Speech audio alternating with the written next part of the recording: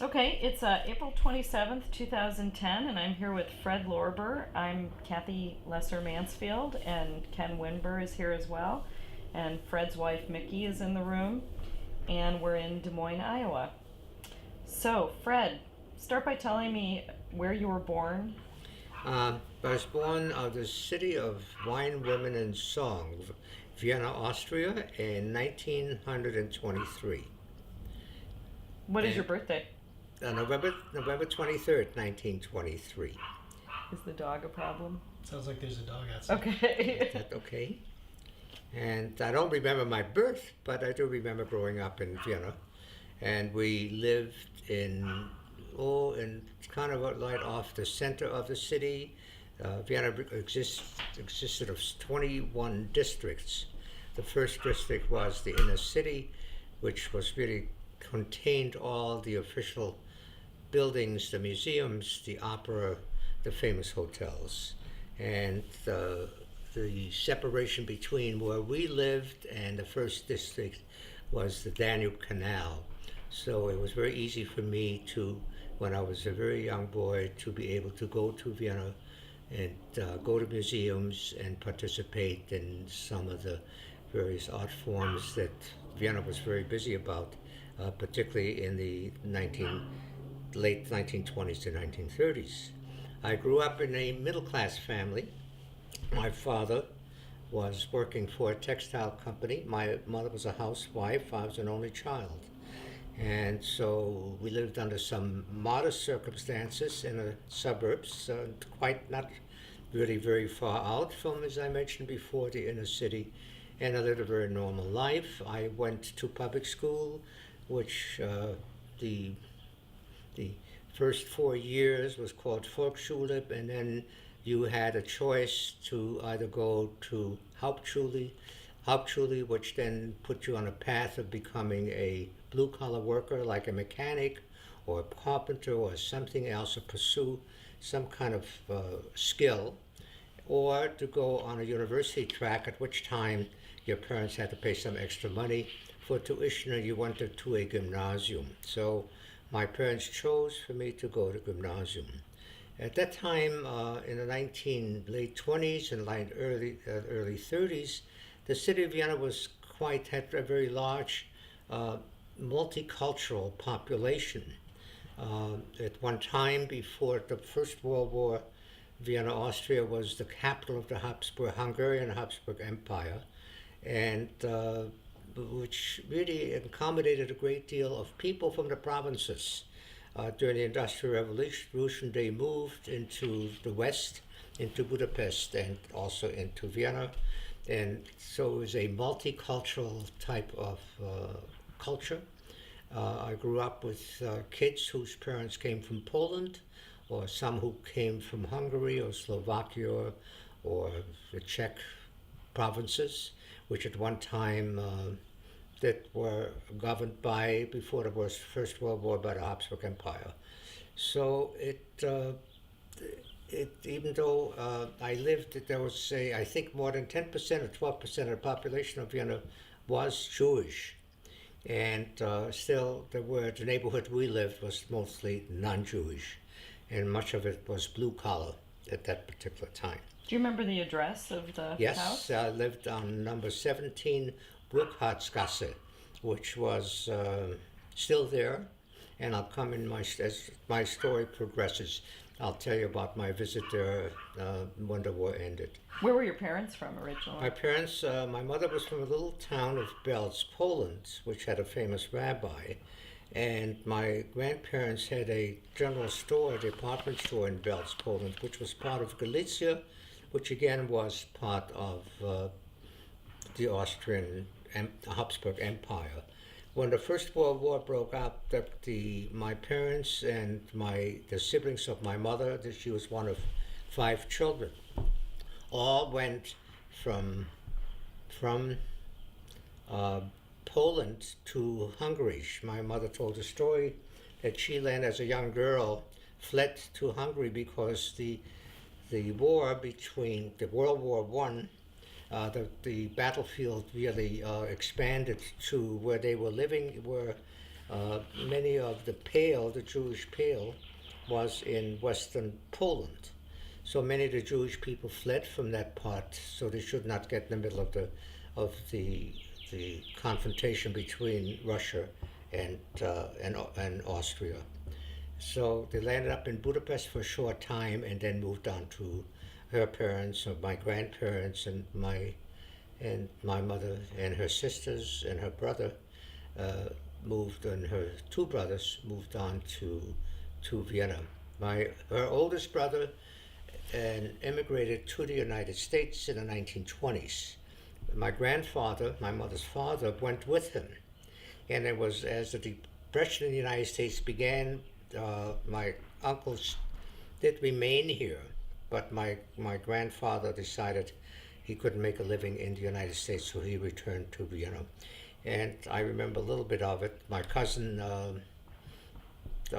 really the only first cousin I had at that particular time that I remember that moved as a 8 or 9-year-old to New York City, and I'll tell you a little bit about this as my story progresses. And so he got educated in the United States. So we lived a very sedate, very, I would say, normal life for a middle-class Jewish family. The major language we spoke was German. It wasn't Yiddish or anything like that. My father dealt with many people in business, so what German was the prerequisite language. And he, I think, lived a fairly good life. Every summer we went away. We went to a little town, maybe 100 miles from Vienna, where there were little Jewish settlements, not really settlements, but where Jewish people went on vacation. And we usually stayed with other Jewish people who met other people. I met young girls my age at that particular time, so it really was quite similar to what I then experienced later on in New York City at that particular time. It was really when my life began changing was in January of 1938. In the late 1937s, or like the 30s, when I was at that time, my 4th year in gymnasium, so that's, I was 14, going on 15 years of age. I was on. Let's let this guy pass over, yeah. Okay. Should we close the windows, maybe? Wait for that to disappear. Yeah. We're being interrupted by an airplane. Is that going okay so far? Is that okay? Yes.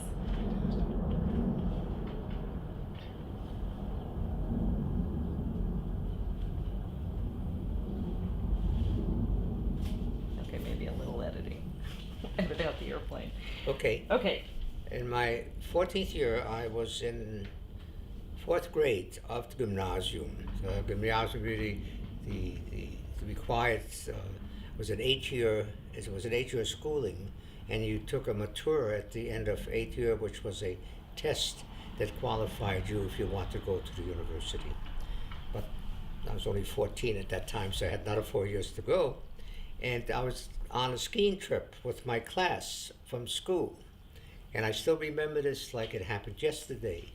And we came, there's usually the German and Austrian schools had a winter vacation in January, and most of them landed up skiing, particularly in Austria.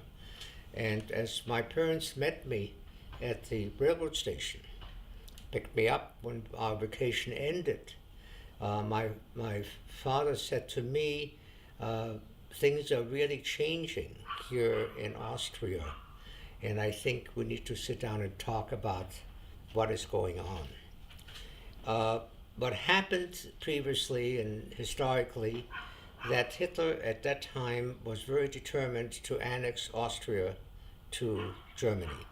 The chancellor in Austria at a particular time, a fellow named Schuschnigg, who was elected democratically and belonged to the Christian party, the Social Democratic Party controlled the government in the city of Vienna. You have to remember that Austria at that time was a very, very small country of 6 million population. To 1 million who lived in Vienna. So the provinces only had about 4 million. The provinces was really pretty much controlled by the Christian Party, which then Schuschnigg was the Bundes president, and he's the one that headed the conservative party and the majority of the population, and most of the the party controlled the city of Vienna. Was it really social democrats, really more to the left?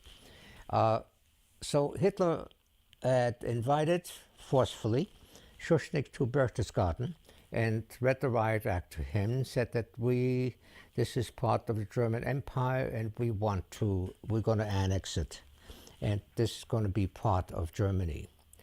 Anyways, he negotiated also with probably the help of some of the Western countries like France and England. And I don't know if the United States was involved in it or not, but I think it was really France and England primarily. And they came to a compromise that the Austrian people would hold a plebiscite in March on a Sunday. Usually the elections take place in Europe on a Sunday, not on weekdays, so they get full representation and people all go and vote on that. It's a kind of a national holiday. And there's going to be a plebiscite vote of yes or no, ja or nein.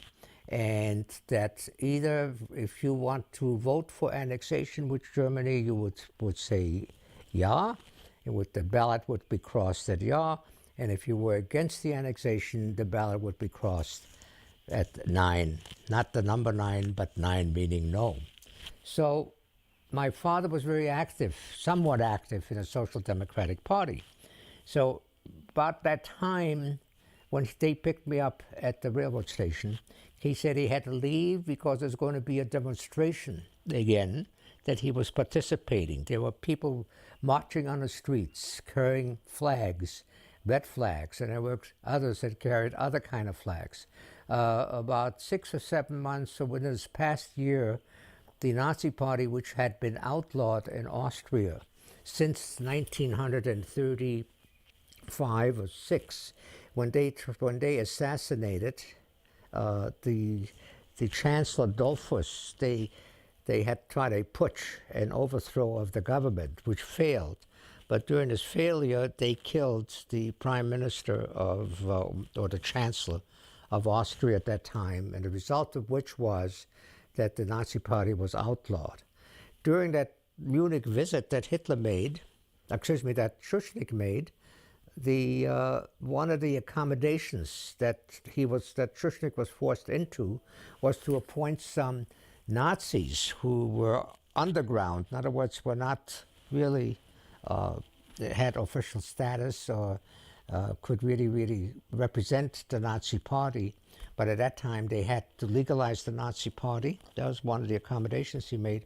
And the first big job that was given up was the safety or the police commissioner for the whole country, a guy named Seyss-Inquart, who later became the Gauleiter for Austria. But it was a really kind of a pretty bad character, and that he became part of this Schuschnigg government to accommodate Hitler. All this didn't help.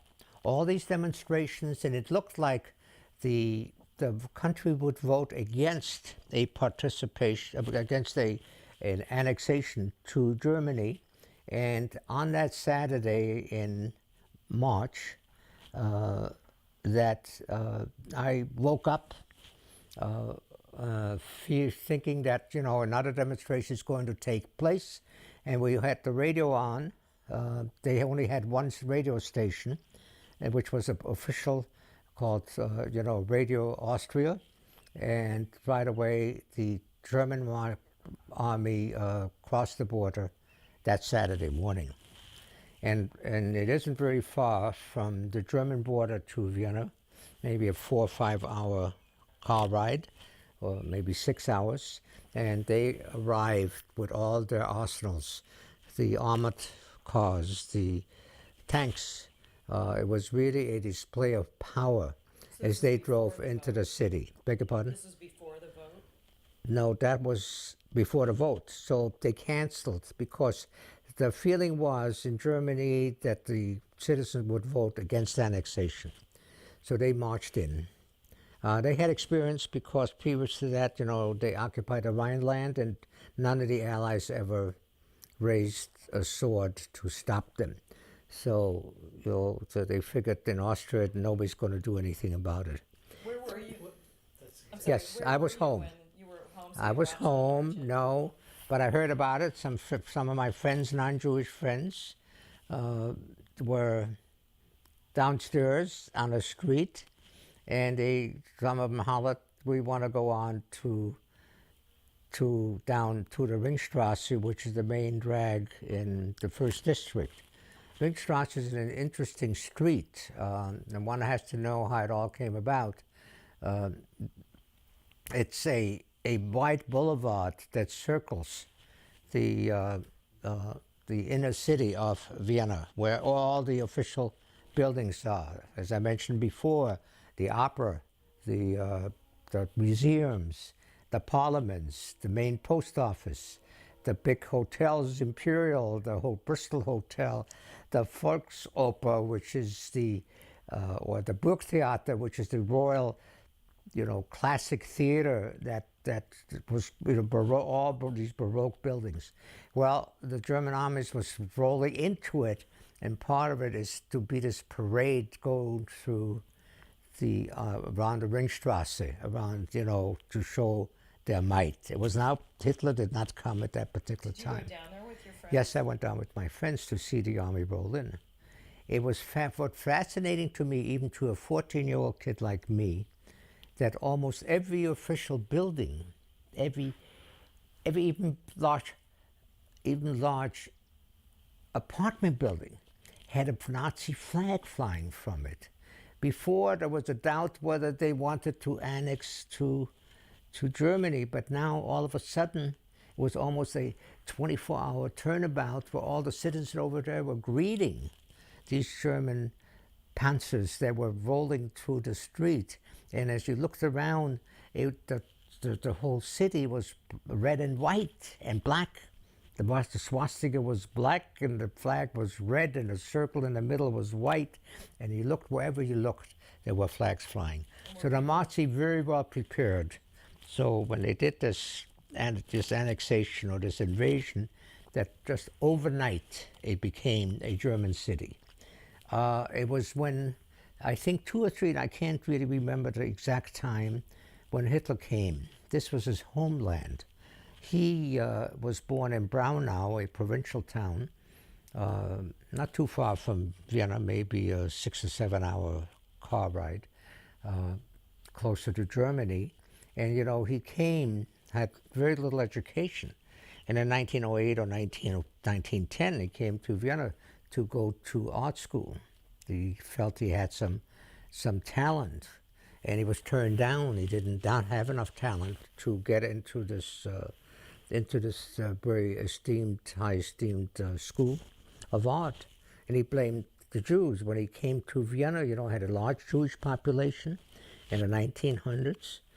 Came from all these little provinces. They wore different clothes. They had a lot of street agitators. They were talking about annexation in 1900, and anti-Semitism at that time was still very strong at that particular time also, which still to this very day, I think Vienna still suffers from it. Let me stop you and ask you a couple questions. So you were down at the Ringstrasse with your Sure. non-Jewish Yes. friends. How did you feel? Well, a 14-year-old doesn't feel. I had a sense of anxiety. I have curly hair. It's not as curly today as it was when I was a child, but I wore a cap. Why do I wear a cap? Because Jewish kids would say have curly hair, stereotype. And my friends who were not Jewish never really ever, we played soccer together. We had a team that did quite well playing soccer, and I went to a school which was mostly non-Jewish.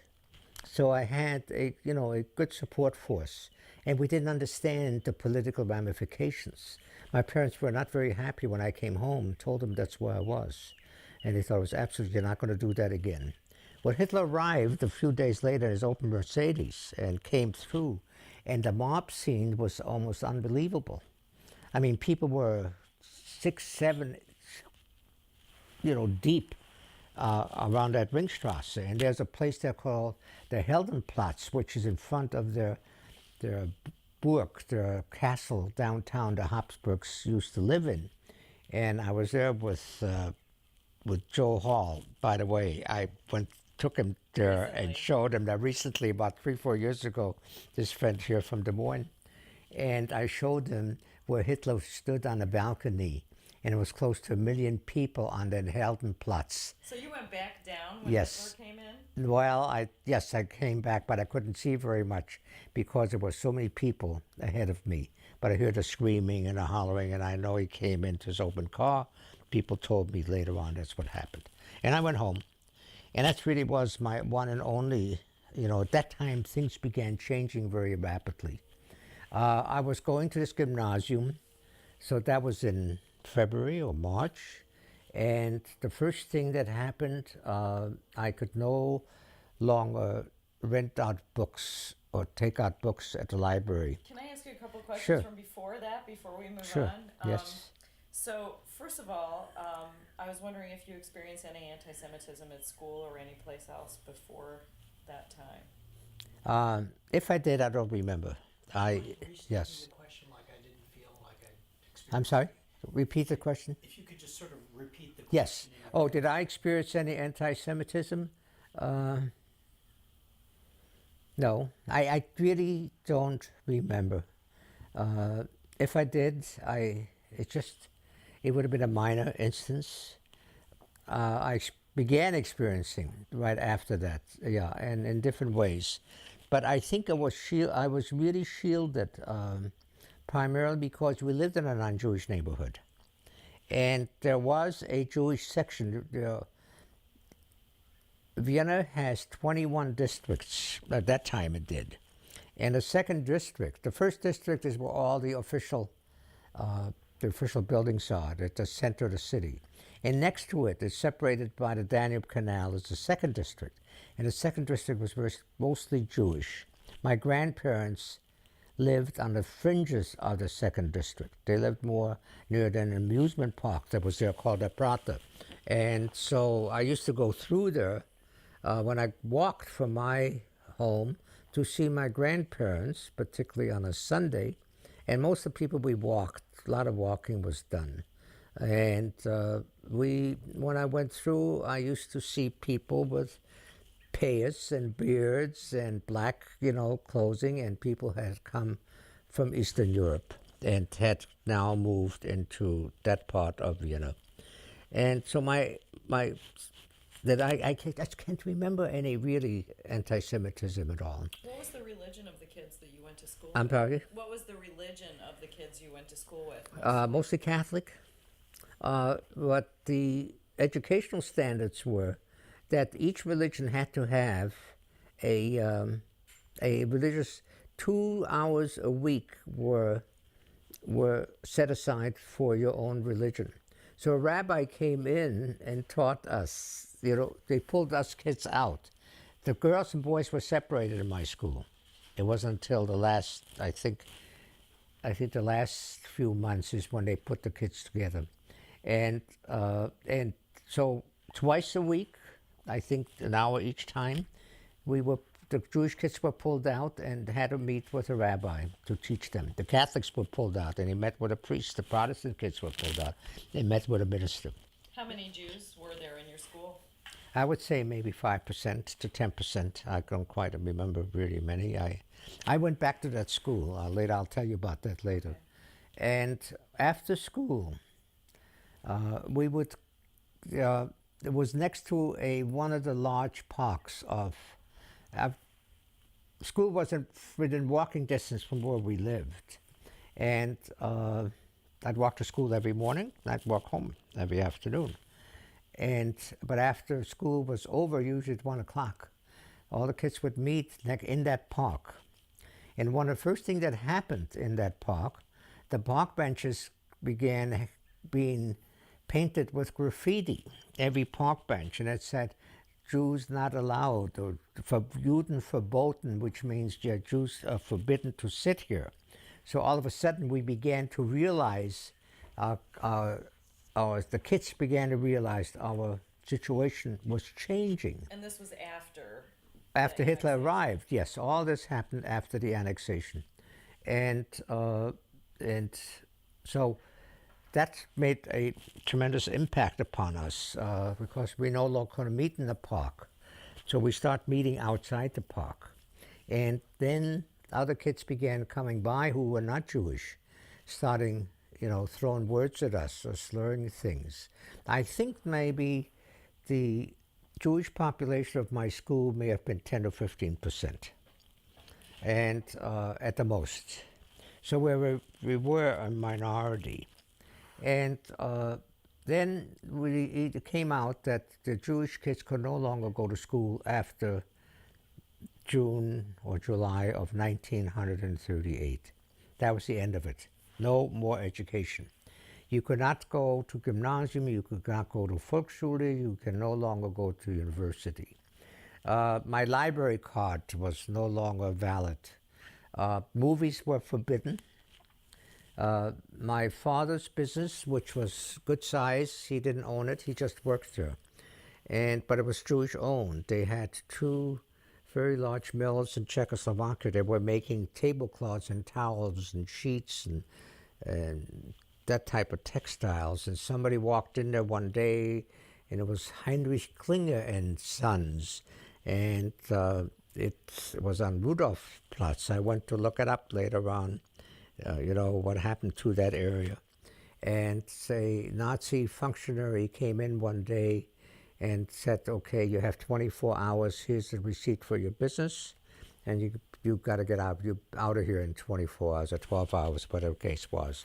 So my father no longer had the job, the people no longer had the business, and the Jewish community was very well organized. They had a Kultusgemeinde, where every Jewish person was registered. So everybody went there to find out what is going to happen, what should one do. My parents had a wisdom of registering at the American Embassy in Vienna before the annexation, before the Nazis came and took over the Austria, and trying to find out what could happen. So they had friends, and the scuttlebutt was that there only were a limited number of visas issued to people that lived in Austria or Germany or who were born in Poland or in Galicia or in Hungary and lived in Vienna. And you had to get an affidavit that guaranteed you will not become a ward of the state if you come to the United States. And if that's executed, then you had to get a visa, and they only issued about 23 or 24,000 visas a year to people that are born in Germany or Austria. That means if there were 600,000 Jews that lived in Germany, which they did, and 250,000 Jews that lived in Austria, 850, only 24,000 visas were granted to come to the United States. So it was so what was determined at that particular time was that if you had to go and register at the American Embassy, and the earlier you register and you did get guarantees that you won't become a ward, and the affidavit was sent, then they went by the numbers. The earlier you registered, the sooner you would get a visa. That was a real problem. I will cut pretty fast through it. There were some Jewish organizations, and I don't know who, can't quite remember, and I really didn't ever research that made it possible for kids like me to learn a trade. And you had no choice on it. It may have been, I don't know who it was, Hayes or some other Jewish organization from the United States. I was assigned to a young man who was a dentist who could only have Jewish patients. And I became a dental mechanic, or whatever you want to call that. I would assist him I was like 15 years old or 14 and a half, and I would assist him in, you know, handing him the instruments or helping him to make false teeth, you know, or work with plaster Paris and all these kind of different things. And he was a very, very nice man, and I really admired him, and he treated me very, very nicely. And he had quite an impact on me. But one day he decided he'd gotten out of there. And he knew and he felt that there was no hope for him. And he decided to go illegally over the border to Poland, and he disappeared. So I was out of a job, and they did assign me to another dentist, this organization. The Jewish community was very very well organized, and unfortunately, that well organized helped the Nazis a great deal. They worked hand in hand with the Nazis, particularly when they start planning later on, as I read part of the history, planning the transports out of Vienna into Eastern Europe, into Poland, into the ghettos, into the concentration camps. Do you know what happened to the dentist who went into Poland? No, I lost complete track. I had always hoped. I got one letter, maybe, or two. I really have to find it out, if I still have it or not, or a postcard. Do you remember his name? I'd have to really go back on my records. No, my name retention is terrible at my age. I can't remember. And so once your dad was fired, how did you eat? We had money. My parents were very frugal people, and they apparently had saved enough money. My dad had no shame about working, and no matter what the job was going to be, he was a workhorse, and he was willing to do almost anything to help people. So I think he made some money, and I don't quite remember how or what he did. But we left pretty frugally. We owed no money on an apartment or anything like this. The interesting thing, we were blackmailed a couple of times by a maid who wanted, who came and wanted money from my mother. Otherwise, she said she's going to tell stories to the Gestapo. The Nazis were, but later on I found that our neighbors were pretty nice and that were supportive of us, but couldn't do anything for us really, to help us. But at least they didn't, I have never on my street ever gotten beat up. I had lots of friends. I was kind of a social person, and everybody was in the same situation I was in. There was a kind of a positive thing on this whole thing. All of a sudden, girls became, at 14, 15, we started hanging out with Jewish girls. And at one time, there was a no-no, because we were just, we would go to the park, and the girls would travel separately and the boys would travel separately. We were all too shy to really intermingle. Now we all started to intermingle quite a bit. And everybody was kicked out of school, so there was a lot of time available to everybody. And so some little cliques and little groups formed and listened to music and met, lots of times. And so it was really we didn't really understand at that time. You lived for the moment. You didn't think about about tomorrow. You had hope that you'll be able to immigrate. You're going to come out. No one at that particular time that I remember ever thought that the Nazis would, or the Germans or people are capable of perpetrate the crimes that they did. No one could imagine in their worst nightmares they would do the things that they have done. It just didn't enter. You grew up in a pretty cultured environment, and people just didn't do those things. Did you love to read back then as much as you do now? Well, I just need to adjust this a tiny bit. Just this stuff here. I have a secret for you. I don't read very much now. I read much more when I was young in German than I do now. Rephrase the question. Yes, you throw out that question. I had Henry Oh, I've got the books and all that in my bedroom. I Yes. bought the abridged edition. Okay, you got them, yeah, Friedlander's one, there's books. an Oh, the abridged one. bridge. I have the both books. Okay, I got to get to them. Yeah, Okay, so I'm I a was very just slow asking reader you- now. Yeah, my reading really went down the drain. I'm a very slow at it. So really, at that time, it was almost a, it's like your whole culture changed very rapidly, and it was a little exciting. When I walked on the street, I didn't have a swastika on my lapel, right? Because, and there were a bunch of kids that I didn't know were walking or coming toward me. I took off as quickly as I could. I went hiding someplace into a door that I found, of an apartment house or in another place or in a store, anything else. The little Jewish store still existed at that time. There were a lot of little Jewish merchants.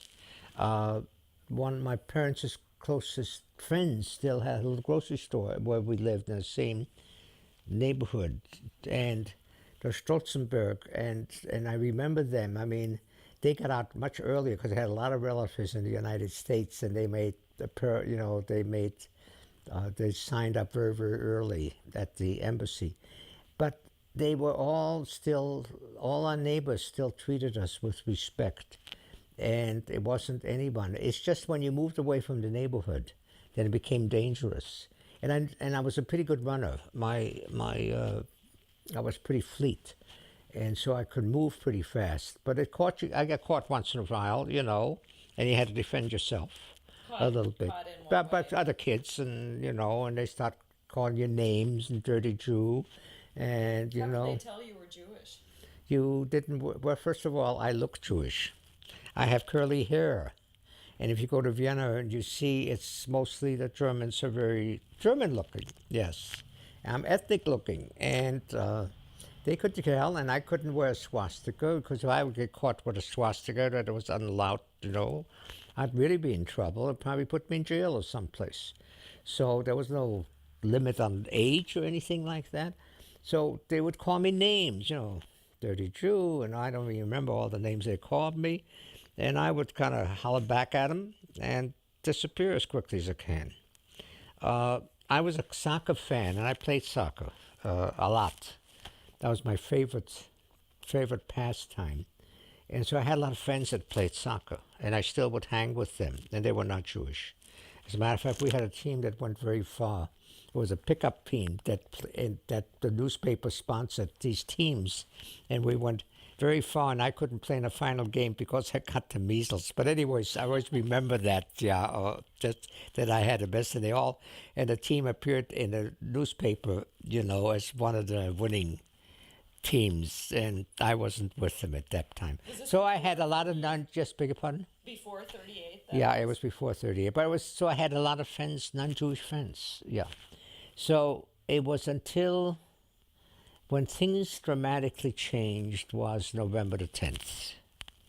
And everybody waited what to do.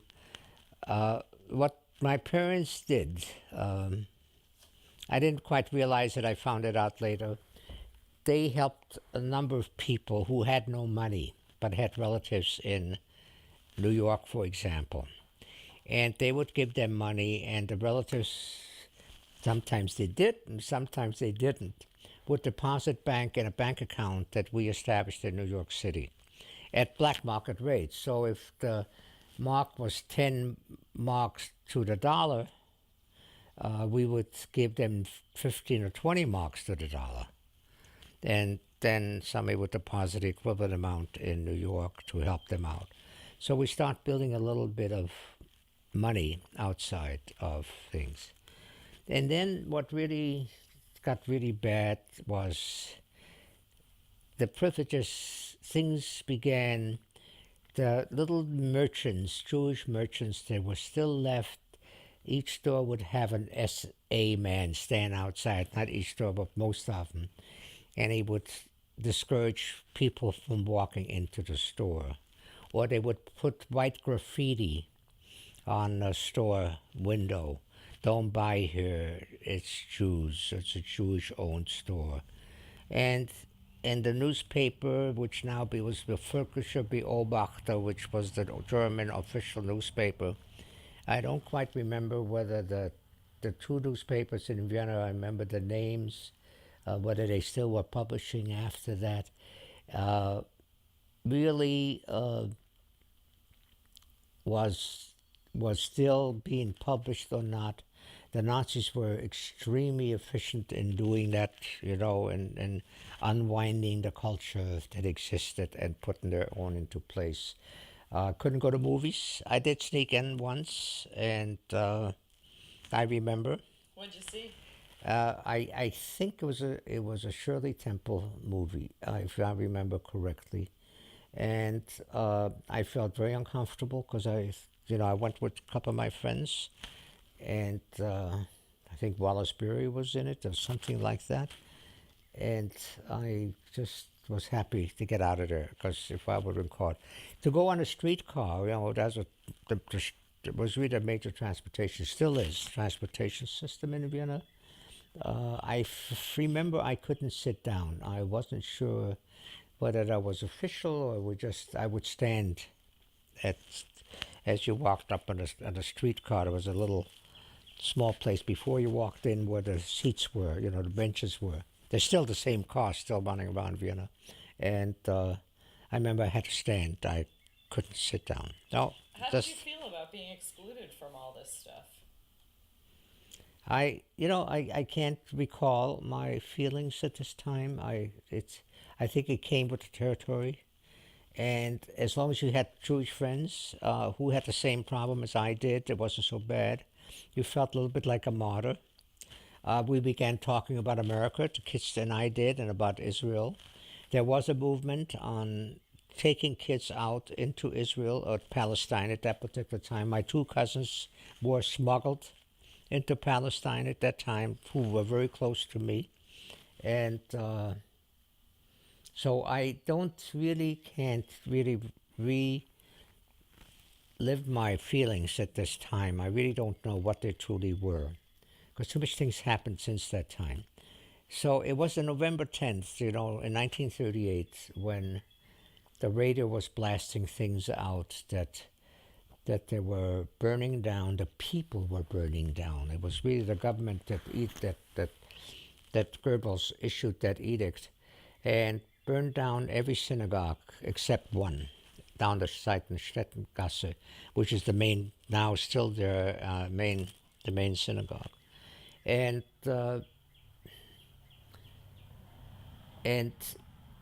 we knew we had to stay home. They were plundered. They were breaking all the windows of any Jewish business. And our synagogue, which was the Klucki-Gasse, was our synagogue, was burned down to the ground. And so was every other synagogue in Vienna, so was every other synagogue, as you know, in every city in Germany and Austria. And we stuck to our radio, one radio station that made announcements every hour.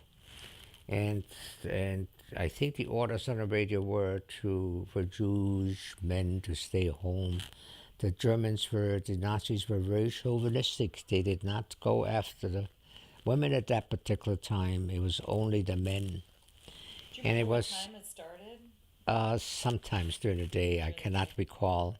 All I remember that it was night and I didn't go to sleep.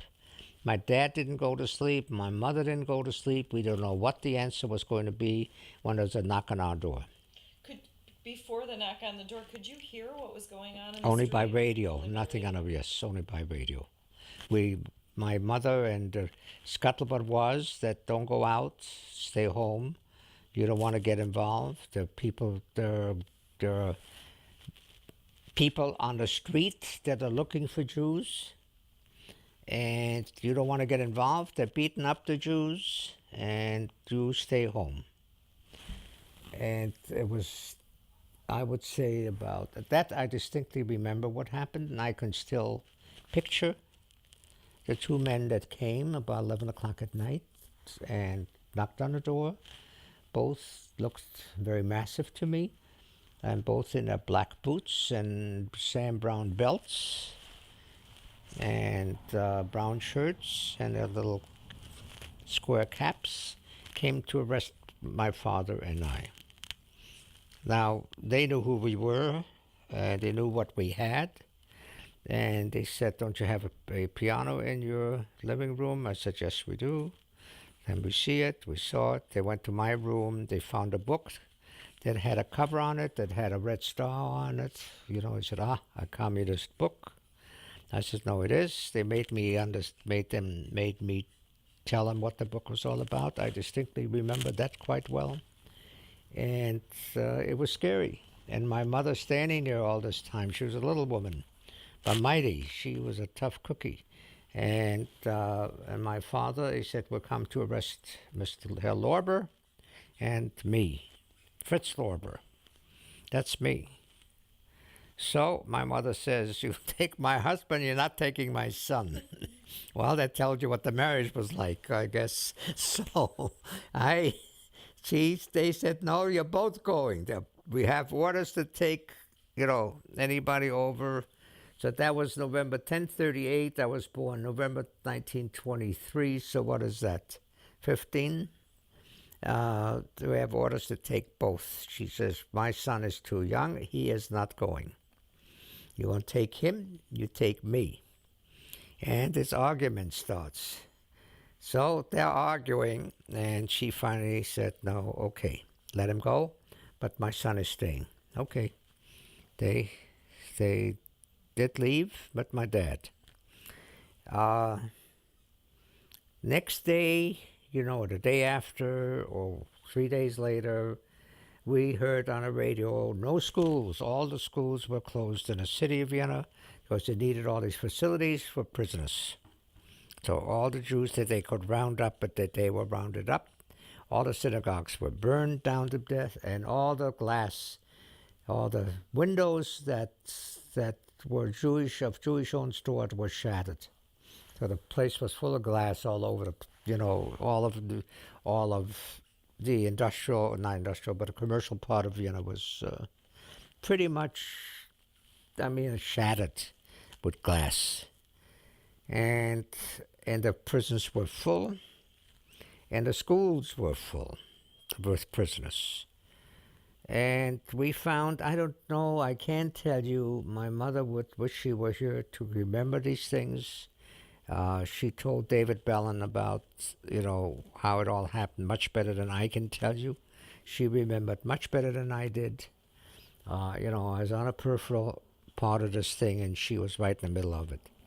So she went looking, and I went with her, because we heard there were a bunch of Jewish men incarcerated in a Volksschule not far from us, not a high school, not a gymnasium, but I went to school, but another school, not far, maybe 15, 20 minutes from where we lived. So we went over there, and a lot of people outside. I remember that, and there was a field kitchen outside that was cooking, doing the food to freeze these prisoners inside the school. And we're standing there with other people. My mother knew a lot of people there, other Jewish people.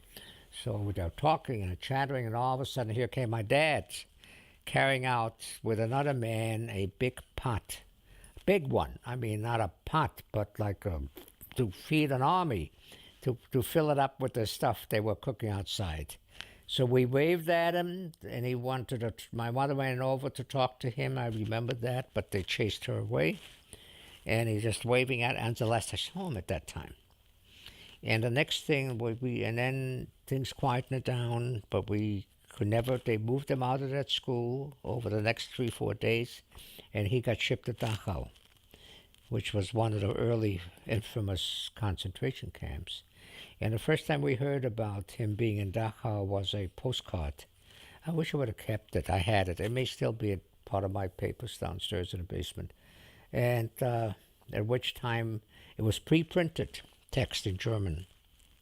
But he was able to sign his signature. Do you remember what it said?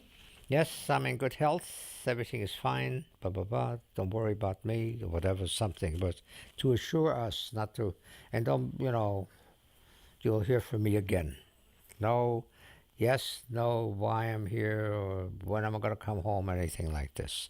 This is before the final solution, as you know. That decision to start the genocide wasn't made until 1942 in Wannsee, Berlin, and this was 1938. So this is 4 years away from what the Nazis decided later. That's the first beginning of the atrocity, the very first part, Kristallnacht. When they came to get your dad, did they allow him to pack a suitcase or No, anything? nothing. They just took him in what he was wearing? My father, yes, this was November. My father told me that they were shipped down from Vienna to Munich in a boxcar, standing up. People defecated, people died in this boxcar. Older people. He said a couple of, like, he thought they were rabbis, they wore beards. They were in the 70s. My father was born in 1898. So this was 1938, so he was 40 years old. And he said whatever he had on, they let him take anything with him. That's all he had. And a lot of people came that would not know, very light clothing. And they, from what I remember the stories, that this boxcar was part of a longer train, and it was shuttled to the side. It took him like 2-3 days to get from Vienna to I don't know how long, and it was very cold. And people defecated on the train. They wouldn't let him on a car. They wouldn't let him get out, and some people died in his boxcar. And some older people never made it. And there was no pity. There was no human. And it picked up. I should tell you, I forgot, my friend Leo Schickler, who lived next building to us, who was a year or 9 months older than I. His mother wasn't firm enough his mother or his father. No, they took his father and took him, and he landed up with my father in Dachau. So he was, I think, almost 9 months older than I was. I have a little anecdote, a little thing about Leo. He got out also later on. So we were at that time, didn't know what to do. We were at wit's end. What do? You can't get out now. Should a visa come, you're not going to leave. They leave your father or your husband in the camp. So I just wish I would remember this better, but I really have, my memory's not that good on this part of the story. When and how and who I ran into, I just tried very hard to remember distinctly the names, but I ran into someone I went to school with. And I have told the story several times, so it's always the same, but I can't really put my finger on the names or when it happened. But it happened sometimes in February or March or April of 1939. And I ran into this friend of mine, and he said, I've seen you, what are you doing? And I was working for another dentist at that time. And I told him my father, and I started crying. My father was in a concentration camp. Dachau, I never heard of Dachau. So we start talking, and he kind of put his arm around me, and he said, maybe you should come and visit my uncle. He's an officer in the SA. That's not the SS, but the SA. And now it gets a little bit confusing to me whether I knew as we went, and I went with my mom to visit his uncle. And his father, my friend's father, and he joined us. Took the streetcar to that. They lived some ways away from us. And it's I'm trying to really remember that much better, but I really have a difficult time. what creeps in is a purchase of steamship. This guy had a travel agency, his uncle, but he also was a SA guy, and he called up. You want to know where my father was? We told him he's in Dachau. He said, "Well, gay, but he doesn't have any influence. But he has a friend. He'll tell us who's in charge at Dachau." So he called this guy up, and the guy happened to be an SS guy, an official SS guy, at a place called the Hotel Metropole, which was in the center of New York, which was the headquarters of the SS. The center of Vienna. In Vienna. And if David Bellin were alive, he would probably be able to tell you, because my mom told him the story much better detailed than I recall. And the guy told him that if my father, we would leave within a certain amount of time, very short time, maybe he could get him out, he'll release him out of Dachau. The SS guy told the SA guy this. Tell the SA guy. That's the regulation. And that was an official thing. That wasn't just because my father, because I knew this guy, this SA guy. It was later on I found out because several people, friends of mine's father, who also landed in Dachau, got out about the same time. And if we would show and get that we could get out of within a very short period of time from Vienna, they had one place to go. So this guy found out. Now, later, just rather recently, I found there was a Chinese embassy. One of the embassy officials sold visas to Jewish refugees in Vienna illegally to go to Shanghai. And at that time, it was legal. So he said if we could get a visa, he'll send us the 3 steamship tickets to go to China. And if we go with that, my mother would go to Gestapo with that, and they would sign a release to get my father out. So that becomes a little bit, I wasn't quite sure whether we bought the steam. I think we bought the tickets to go to Shanghai.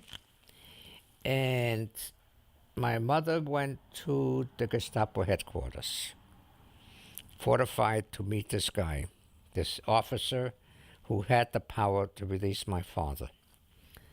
And she told the story how she waited in line, and in the basement they were murdering and they were torturing people. And there was an irony about this thing. The Hotel Metropole was not across, but diagonally 4 buildings from where my father's business was, on Rudolfsplatz. So if you stand in front of Hotel Metropole and look up the street, my father's building was where he worked, was up there.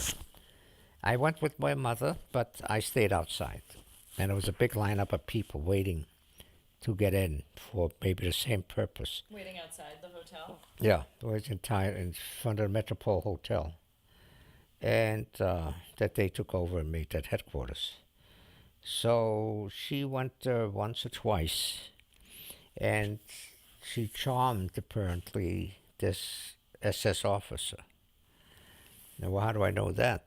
Because then she told me how she went in there and it was like a movie set. They were all clicking heels and throwing the Sieg Heil and, the arms up in the air. And it was very scary, and everybody in uniform, men and women.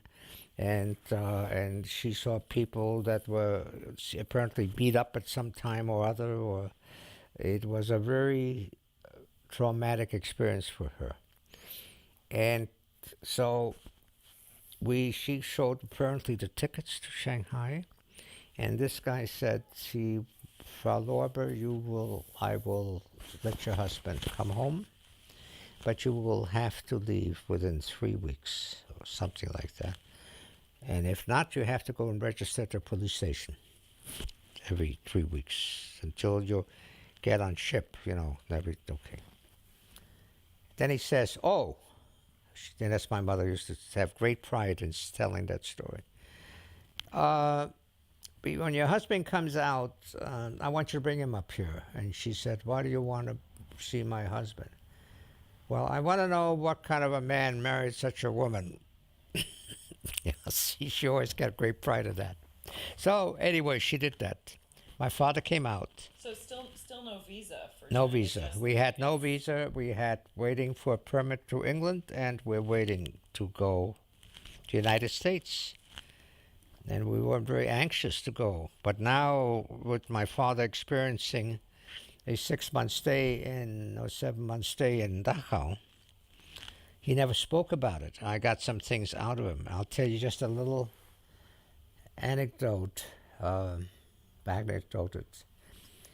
Somebody told me that my father, my uncle, who was also arrested and landed up in Dachau. Do you need to get the door? Huh? Do you need to get the door? The doorbell just rang. The doorbell rang. I'll get the door. Should we keep going? Okay. Sorry, go ahead. Well, I'll wait until he gets back. He said, dude, we can go ahead if you want. Yeah, well, is it recording? Yeah, it's And recording. he can edit it anyways. Yeah. If it's a kid, tell them no, whatever it is. Yeah, sometimes the kids come in and play, we talk or we read books or something. Oh, nice. Is that okay so far? Yeah. Oh, it's wonderful. It's fascinating. Because I know, sometimes I'm bored with my own Oh, story. God, no. It's fascinating.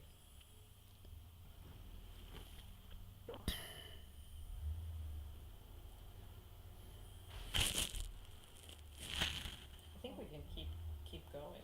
Oh.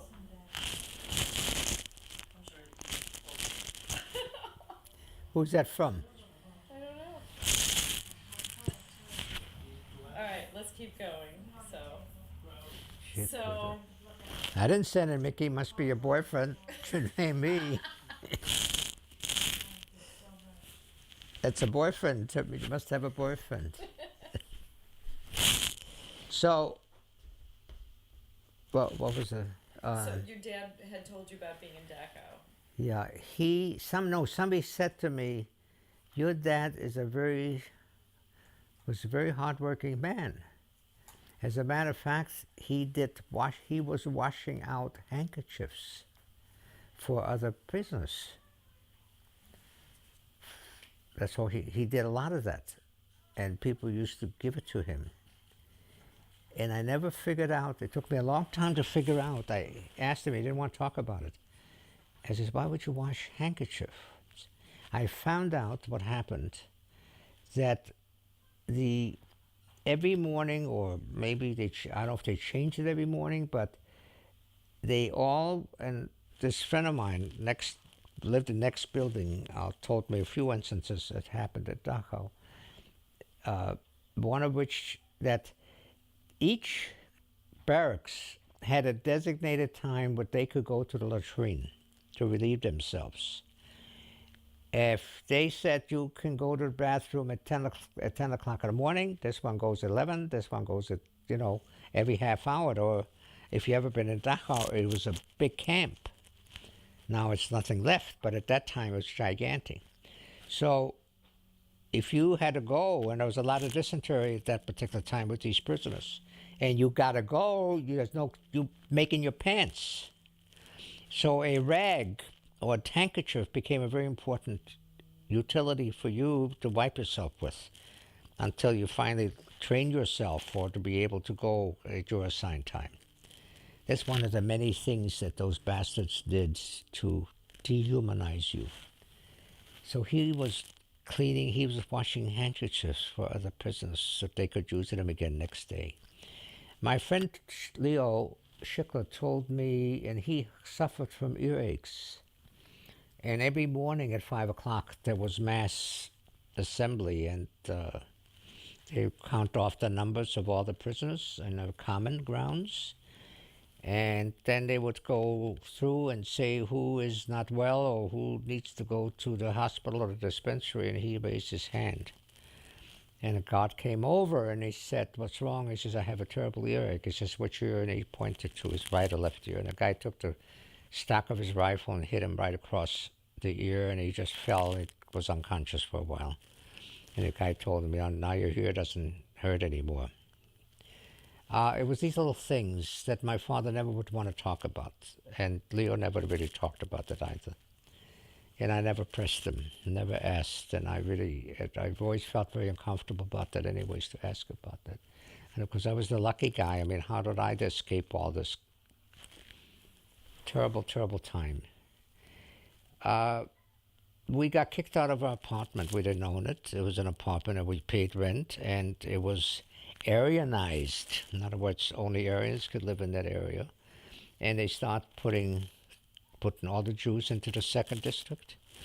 And they moved us in with two other families. We had 3 bedrooms. So each family had a bedroom and a kitchen. Didn't know the other 2 couples. But I was one highlight of this, that one couple, no children, she was on the cover of the Bühne, the stage, which was a theatrical magazine, a glossy magazine. And I was so thrilled that this she brought and showed me. That's her, 5 years ago or 10 years ago. I'd go, "Can you take that, Mickey?" So, Are we rolling? so I was so thrilled. This lady, that time she must have been my mother's age or maybe a little bit younger. They had no children. I always remember that. And she really kind of called me into her bedroom and showed me the pictures that when she was an actress. Do you remember her name? No, I wish I could have, and not at all. And this is while your dad was at Dachau, so it was just you and your mom? No, my father was home at that. Oh, he came home. He never wanted to talk about it. I'm sorry, I skipped ahead. And he went.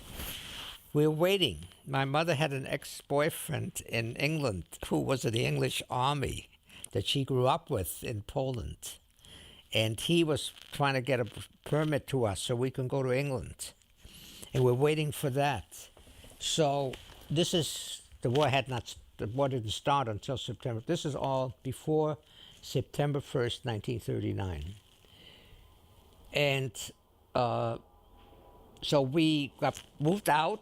We lost most of our furniture that stayed with the apartment, and we kept our personal things. I kept my skis, my bike. I had a 3-speed bike. That was very.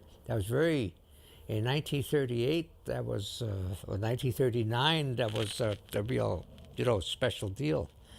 And my soccer ball. That was my 3 prized possession. I was able to take those things with me. And, but they did come with me as we moved into this new apartment. My mother was bitching about that pretty much. Those things, when are you going to use them? But I loved them. I had to take them with me. And we moved, and then we're still waiting. My father went to, I think it was every either 3 weeks or every 5 weeks, I don't quite remember, to get an extension to stay. We told him they're waiting for our visa. And some people were leaving. I went to, my best friends were Turkish citizens. They born in Vienna and successful in Vienna, but they had the wisdom never to lose their Turkish citizenship. So they treated them Turkish people with Turkish citizens treated them very well. They went to I still remember going to the train station with them, and they were going to go by boat to Sydney, Australia. 2 families, 2 cousins. I don't really remember one cousin. He and I reestablished contacts in Aspen. He came to ski with me. Yeah. So that was 30 years later.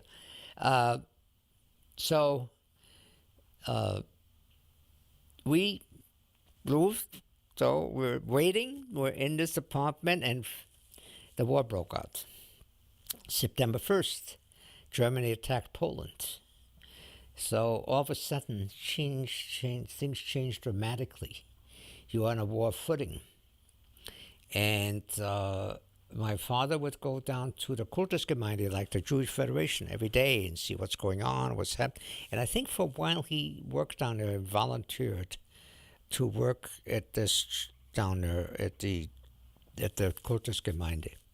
And I don't quite remember really the small happenings and instances that happened in between September 1st and November 1st, or end of October, or maybe the visas from the United States came.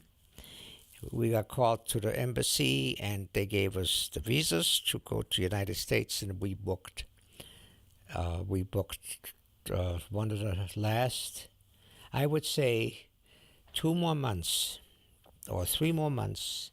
The transports started. I have 2 books, and I can probably go back and get the dates here, which covers Vienna's Jewish population from 1939, when we left, to 1945.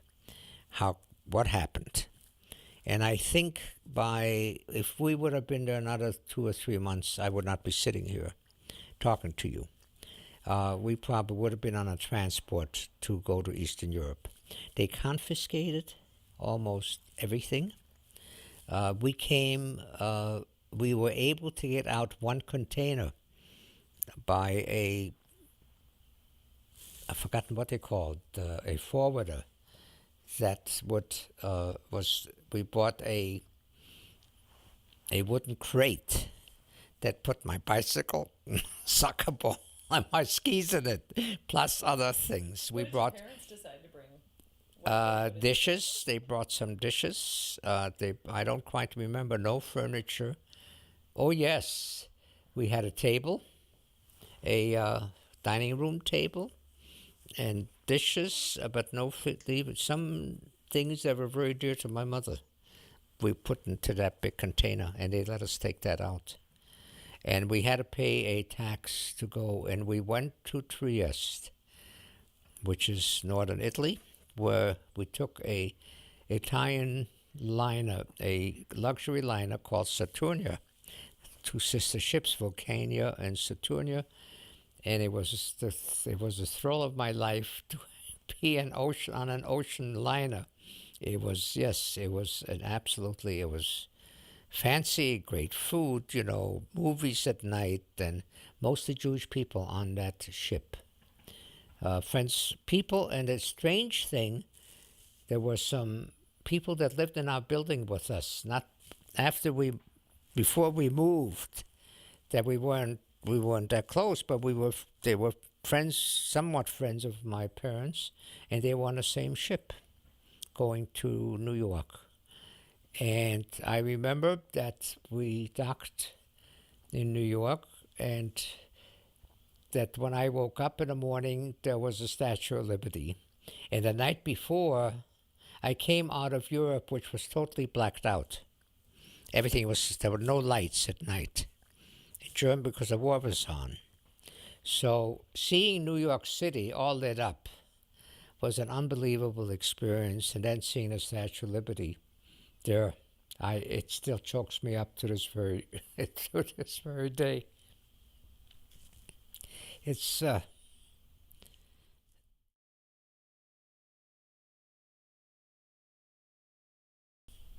I still see ourselves getting off the ship, and my parents' my cousin being there, that came from Vienna much longer. I did not remember him from before. I have much to thank him. He was that time a freshman at City College, and if it weren't for him and the immediate immersion of myself into his friendship circle at the Lower East Side of New York, and he had a bunch of friends, most of whom landed up at City. He became deputy director for general accounting in Washington. My cousin had a big job. Then had something about Indian affairs, CPA, and his best friend and my best friend Sam Levis also was became an accountant. I met the most wonderful, wonderful kids that took me in immediately. I knew maybe 20 words of English, and I got into high school. I think we first moved to Brooklyn before I moved to New York City, because our friends that lived in the same building than my parents in Vienna took us in. They had a lot of relatives here, and they're already in business. They already owned a grocery store on Saratoga Avenue in Brownsville in Brooklyn. And so we stayed with them for 2 or 3 weeks before, maybe a month, before we found a way my father to make a living. And you know how he made a living? We didn't know. He says, my father was a workhorse, always never rested. So somebody said, you go to Orchard Street in New York, and a lot of little wholesalers there. And a lot of people, you can't get stuck if you buy men's socks. They don't go out of fashion. It's either black or brown or white or navy. So fill up your suitcase with socks and buy it from a wholesaler, and go to places in New York where they speak Yiddish and knock on a door and tell them you're a refugee and you have socks for sale and you're cheaper than the store downstairs or wherever, or just as cheap. Then if your husband needs socks, here they are. And he never come home until that suitcase was empty. I immediately went to high school within, I think, 1 week. When did you leave? Do you remember the date you left Europe and arrived? Yes, in November of 1939. So I was here in November 1939, or December 1939. So I went into school at either the last couple of weeks before vacation, Christmas vacation, or right in January. So you had that birthday in the United States. My birthday, yes, my 16th birthday was in the United States. Yeah. No, my 15th birthday was November 23rd. Either in the United States, maybe I had it in the United States. I have to go back. I don't remember the exact date. I know it's in November, and I don't know when we landed, semi-November, what the dates were. And so it was my friend, my cousin, and we found a little tenement apartment. Sheriff Street on the Lower East Side of New York, I think it's called. Yeah, now it's called the East Village, very uptown. It's now really big time. And that time it was a Jewish neighborhood. And my father started selling socks, peddling socks. My mother stayed at home. And finally they got enough money that's going to figure, so I went one semester to Alexander Hamilton High, and apparently we stayed in Brooklyn for about 6 months. And when the new school year started, 1939 to 1940, I registered at Seward Park High School in the Lower East Side of New York, and which was a wonderful school because it was a mixture of almost all ethnicities that you could think of. Probably today it's probably much more so, maybe different kinds of ethnicities than one. There were Jews and there were Poles and there were Spanish, not very many Spanish people, but there were lots of different from, second and third generation, mostly second generation of kids. What was it like starting school with only 20 words of English in your back pocket? Yes, that's about it. Well, I still remember the embarrassment maybe, or the anxiety that I experienced when they introduced me to the assembly at Alexander Hamilton High's Boys High School. And here I was on a stage wearing knickers and didn't look like all the other kids. And they were very proud. They had somebody from Europe. And, applause were great. And I still remember my first English teacher. She was the one that inspired Miss Rossman, who stayed with me after school and insisted that no matter what little money I could get from my mom or dad, it was 35 cents to go to movies if you get there early enough after school and watch how people spoke on a screen. And then I'd come back and she would read with me and taught me how to read and pronounce English. I had a difficult time with the THs, but she was the one that truly inspired me. So when I got the next term to South Park High School, I was already, and I made friends fairly fast at that school. Not Jewish kids, there weren't many Jewish kids at that school. And so I had I didn't know Jews, Italians, it was a complete new culture. But I had Italian friends and I had, some others. And so when I moved to New York, and my cousin, who was very popular, he had a lot of friends and been around, and they used to hang in front of candy stores. And that was the social activity. And the candy store was on East 2nd Street between Avenue C and D, in back of a library.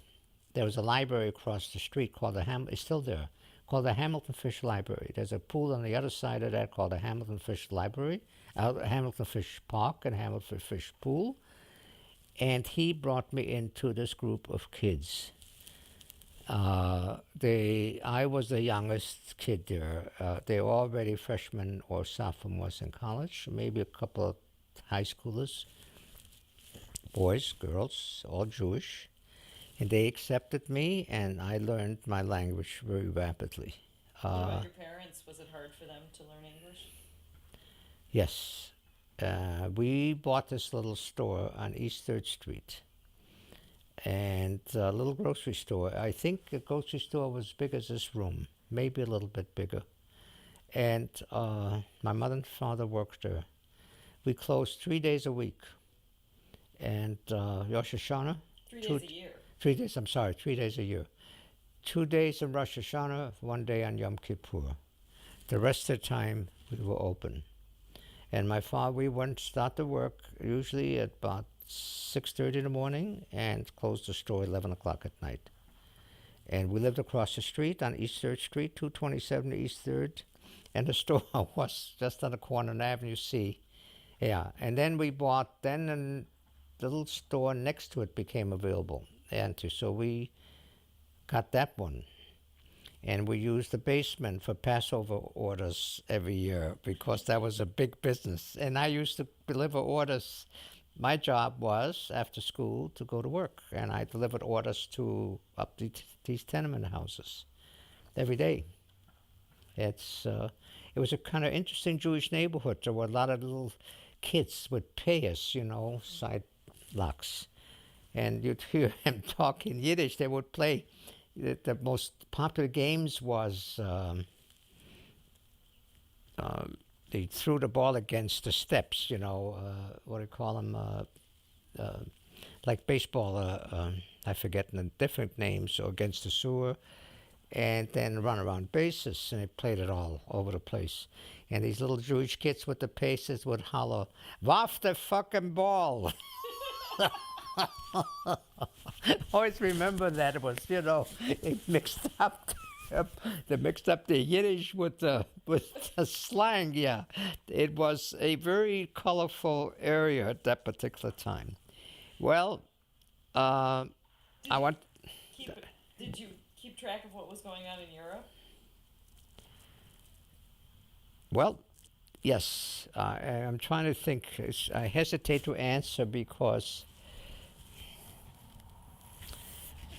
my grandparents were smuggled. There's another story. I don't want to take your time on that. Go ahead. My grandparents my aunt and uncle and grandparents were able to get out before us This is your mother's? My mother's father and mother, and my mother's sister, and my mother's sister-in-law and brother were smuggled out by German and Belgium smugglers over the border. You paid so much a head. So at night they smuggled them across the borders, and whatever they could take with them, they took out. They landed up in Brussels, all of them, and now I am a little mixed up. I don't quite remember when we got our grandparents to come to Europe. Come to the United States. We did get my grandparents over. We've got one sister over to the United States during the war, or just before, after we came here, or right after the war. And I am a little lost my time frame. And the only one from this whole family that we lost was my uncle, who we never ever found out what happened. I did find his widow and my cousin after the war, when the war ended in Europe, and my aunt, I found her, and I'll tell you about that.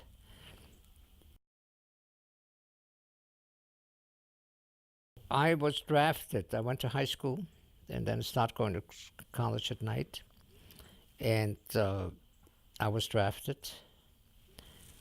And before, yes, in March of 1943, and I landed up in the infantry because, first of all, everybody got inducted into Fort Dix, and everybody would be shipped out except me. And if kids I knew that got drafted with me that I used to hang with in the Lower East Side all left, but I wasn't a citizen. I was an enemy alien. I was, because Austria, I was born in Austria, and Austria was part of Germany, and so they had real difficulty to placing me someplace or other. So everywhere I'd ship out, I still would stay there. Finally, I got out on a troop train, and I landed up in Camp Croft, South Carolina, and with a whole group of people who were somehow the same status as I was. Much older, some were in there. I was, 19 years old, 1943, and I was born, I was 20 years old. There were people that were 30, 28, 27. People who had already a career in music, in opera, in Hollywood, not Hollywood so much, but in the theater in New York, who later became pretty famous. And I was usually, put us into basic training. Zero Mostel was in my not company, yeah, in my platoon. Okay, I try to find out. And I got to know him. His father used to trade, and father was a kind of a itinerant rabbi, and he used to trade in my parents' store, the father was. And, I used to give him credit. My father used to give, I couldn't afford anything. So Zero was that time he was, let me back up. In 1941 or 40 or 41, 41 or 42, I worked in a Borscht circuit in between school, the summer. In the what? Borscht circuit, the Jewish mountains. Borscht circuit, it's... Poconos? No, it's the Catskills. Catskills. Yeah. At a place called Quitcher's Country Club, which has survived most of the demise of those places. And I was a busboy. And they put the busboys with the entertainers. We all slept together in a kind of dormitory kind of thing. And the guy who played the saxophone in the band was Sid Caesar. And let's see. And another guy that was a guy, I'm trying to remember all the names, they all thrown together at that time. But I had the, he played the saxophone. They had different level of cultural level. The busboys were occupied the lowest level. Lifeguard was a little bit better. The waiters were a little better. The entertainers were better, and then the guys, the dance instructors, and then they had the tumblers. You know what a tumbler is? A tumbler was a guy who got everybody up to dance. They called him a tumbler, with the entertainment was the master ceremonies, because these sports circuit places had entertainment every night, so they had all this third of the best. So, but who knew? See, at that time he just got started. Played. And Joe Mostel would come by. He had this act, and Red Button. Yeah, Red Button was one of them. Phil Foster. All these guys. Milton Berle. They all would. It was a hell of a deal. I worked there for 2 months, 3 months. I finally got fired because I tried to organize the busboys, and now really, the old lady Kutcher, she was an old battle axe, and she was tough, and I was complaining that they didn't give us the good food. I used to set the tables in the morning. For the Jewish breakfast was a hell of a breakfast: pickled herring or schmaltz herring, or you had different kinds of lox, and you had pickled lox, and you had blintzes, or you had eggs, and you had all these different kinds of, really, my God, the breakfast was so sumptuous, and so was the lunches. We went from meal to meal to meal. It was a wonderful experience anyways. And I was there with 2 buddies of mine that lived in the neighborhood. They got me the job. Yeah. And I always remember Mrs. Kutcher, boy. She at that time was about 70 years old. Yeah, the son then took over. And I think it's still maybe going. It's the one. Dirty Dancing was made at Kutcher's Country Club, the movie. So that was one of my experiences. And it's really the one. And then I worked after school at an insurance company, which had significant impact upon me, because when I got drafted, I had to put down student.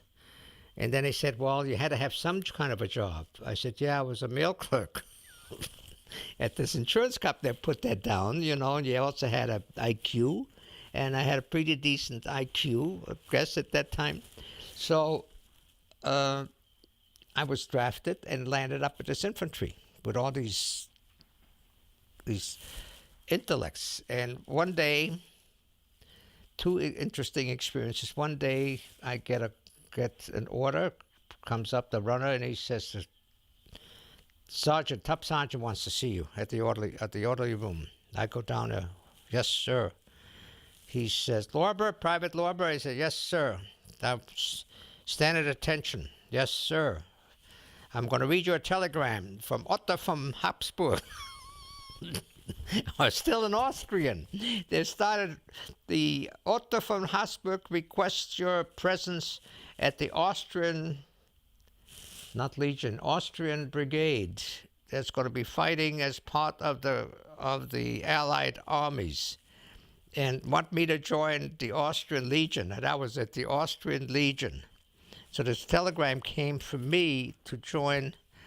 This was the heir to this Habsburg throne, that I should join. Okay. Well, anyways, I said under no circumstances. I went through all that trouble to get Austria, and I don't want to go back and work for the Habsburgs, be in that particular thing. Well, anyways, I had basic training, and before shipping overseas, I was not a man of worldly skills. So one guy, a friend of mine, Phil Trachtenberg, always lived in Brooklyn. He knew all the places in New York. And so we got, we're going to be 10 days or a week before shipping off overseas.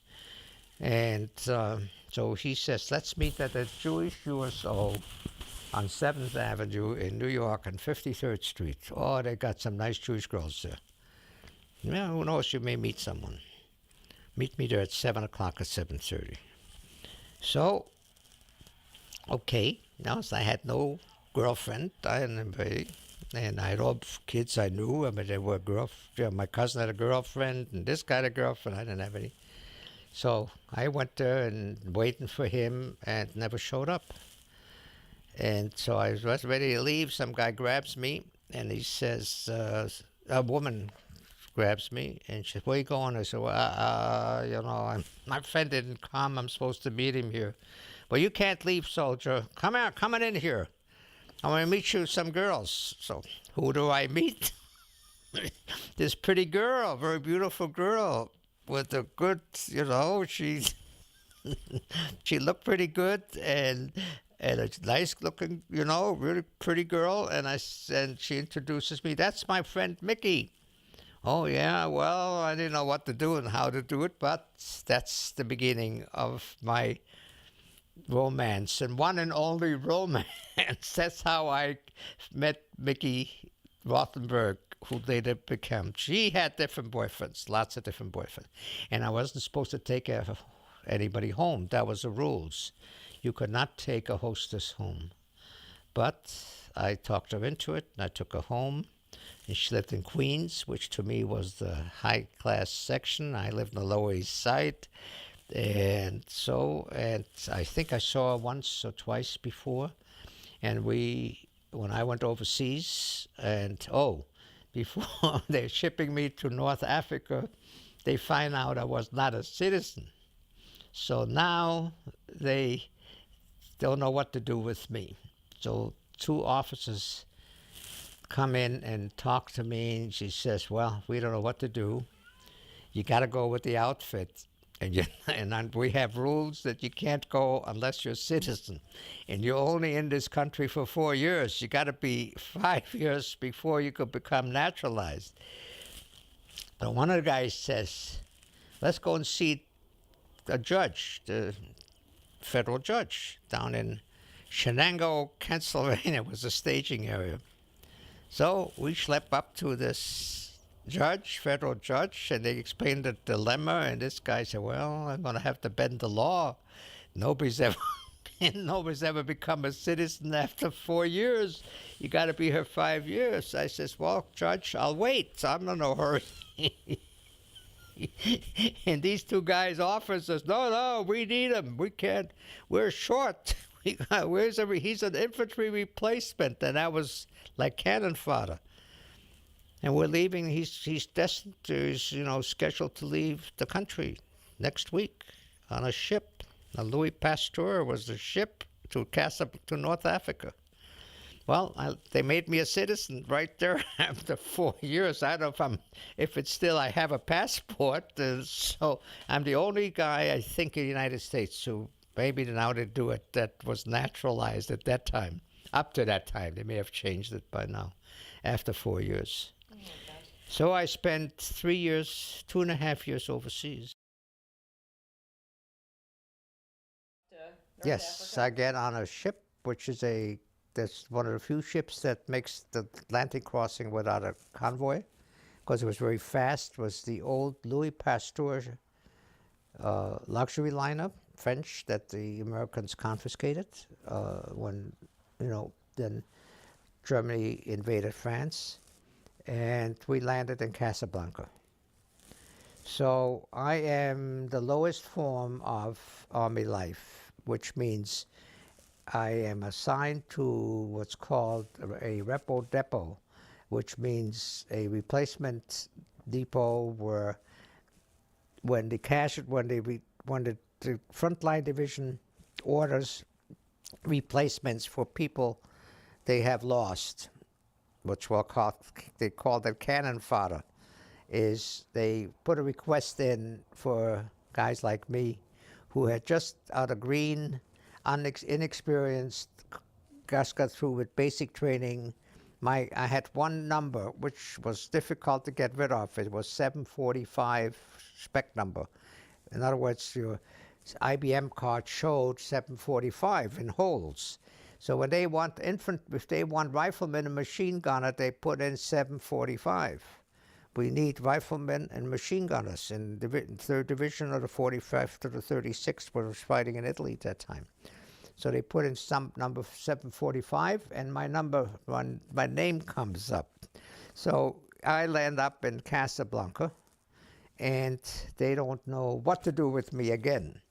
So I sit there out in a field, waiting in a pup tent with another guy, with other GIs, and that's when I started smoking because it was kind of miserable at that time.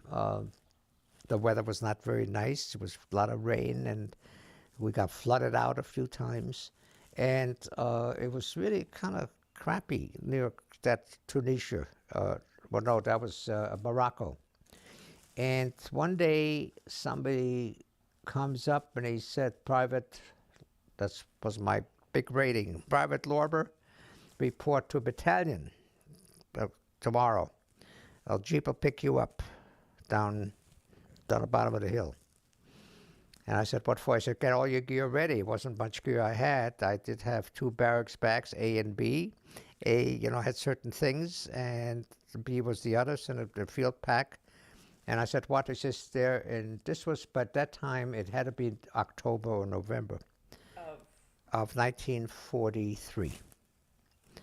And I land up at battalion.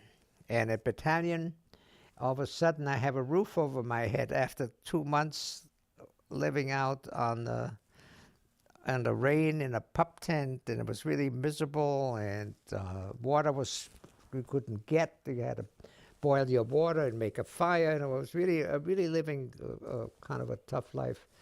And I says, "Boy, I had a roof over my head, and there was heat, and what was I supposed to do?" Well, we had a lot of casualties. We'd made the invasion of Sicily, and now we landed at southern Italy. It made the invasion against the Germans, who had occupied Italy at that time, and they had a lot of casualties. "And you're here on temporary duty." I says, "What's that mean?" He says, "Well, maybe 2 months, 3 months, just to Christmas. And by Christmas, you're going back to your status of rifleman and machine gun, and you're being moved to Italy after that 3 months, and you'll join one of the divisions as a rifleman." So, well, that's my, one I got away with life once, so that's the second time around. So they give me a job to do when mail came, they gave me 1,000 or 2,000 letters. Private so-and-so, Sergeant so-and-so, and the outfit. So when a soldier got either killed or injured, and he was moved from his outfit to a hospital, a field hospital or station hospital or a hospital ship, then the mail had to follow him. So you had to forward that mail. So they had a bunch of guys sitting in that big barn, like me, that would readdress these letters so that the mail would follow the GI wherever he was. I had his forwarded address in these IBM cards, so we'd go and look for him and then readdress it, or a package came from home, we would make sure it gets to the soldiers. So the location of every GI was on an IBM card? Yes. And it was read by a machine? Yes, they had these old machines. They had these trucks. The machines were on these big semis, and the shuffled cards. That was the beginning of computers. Holes. It was all done on holes, little holes. And the Germans had it.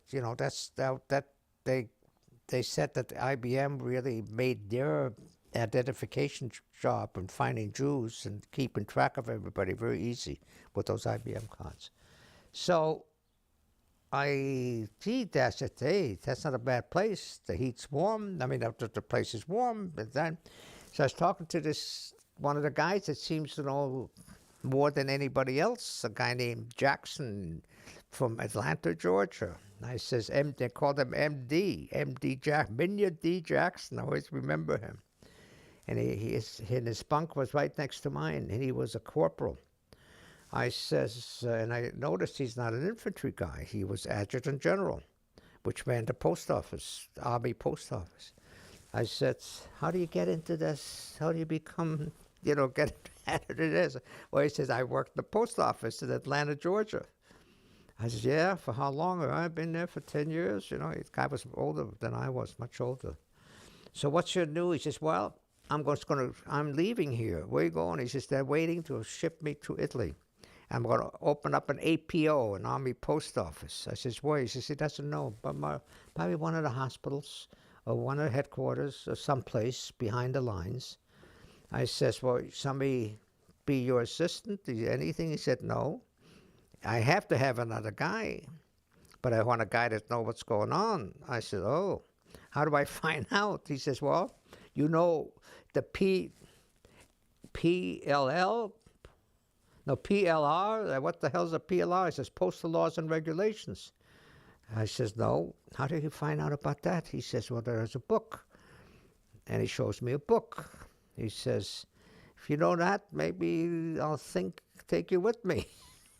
So at night while everybody slept, I read the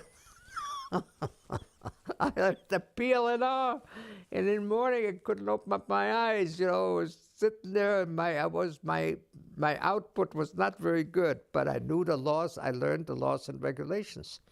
So then the guy comes, this major comes in, Major Fogarty, who was the head of the adjutant general in Africa. And this guy Jackson, M.D. Jackson, was his boss in Atlanta. So the corporal or sergeant, or maybe he was a sergeant at that time, was his boss in civilian life of the major. So this major would do anything for this M.D. Jackson. So M.D. Jackson, but in the meantime, I befriend this M.D. Jackson. We become buddies. At night, and he helps me, and I have questions to ask him. He would explain to me. So he tells this Fogarty, I still remember the names because these guys saved my life. And he said he wants Private be his assistant and run the post office.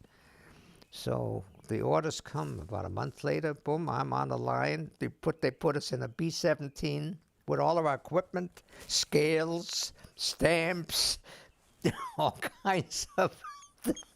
And I'm a professional post office guy with this other guy. I mean, we come prepared. I mean, we have airmail stamps and 2-cent stamps and 1-cent stamps and all kinds of money orders. And the only way you could transfer money at that time, dollars, is money orders. You had to send a money order and they would cash it in. So I said, hell, that's a hell of a deal. So they flew us into Italy, into Naples, and we'd opened up an APO. And that APO at a hospital, it was the best job anybody could have gotten in the U.S. Army. I couldn't believe it. It really was. And he and I became very close friends. And he was married to a very beautiful woman. And one day his father died. And they sent him home, for the father's funeral, and I took over that time, the APO. And and then I went with this whole adjutant general group from Naples I lived for 6 months in Florence. I landed up in Rome. I landed up for a while in Anzio. I landed up in Rimini on the Adriatic coast, in Florence for 6 months, and where the hell else? And I was up at the Po when the war. And this is for 2 years, and then I landed up at the Po River when everybody in this sanitarium, it's kind of a sanitarium on a hill, and my whole group that I went with I get pulled out, and I can't to this very day understand why I was pulled out while my whole outfit was put on a ship. The war ends. This is now in June. No, this is now in May of 1945, and all of a sudden everybody gets they start disengaging everybody, and all the friends that I made, that I stayed with, I mean, that became very close to me in this outfit, all get put on a boat go to Japan. for the invasion of Japan, and I land up and I don't understand how, what. It has nothing to do with my qualification, with my language skill, and I become, I was with the 15th Army Group, which ran the campaign for the 8th Army, which General Mark Clark, a very arrogant guy. I befriended a guy named General Gunther, who was his adjutant general, was a great guy. He and I used to play a little chess together. It was very unusual for a corporal at that time and a general to play chess. He used to come around, and I was still working, you know, in the evening sometimes. He says, get your chessboard out, which I did. I had a chessboard at that particular time.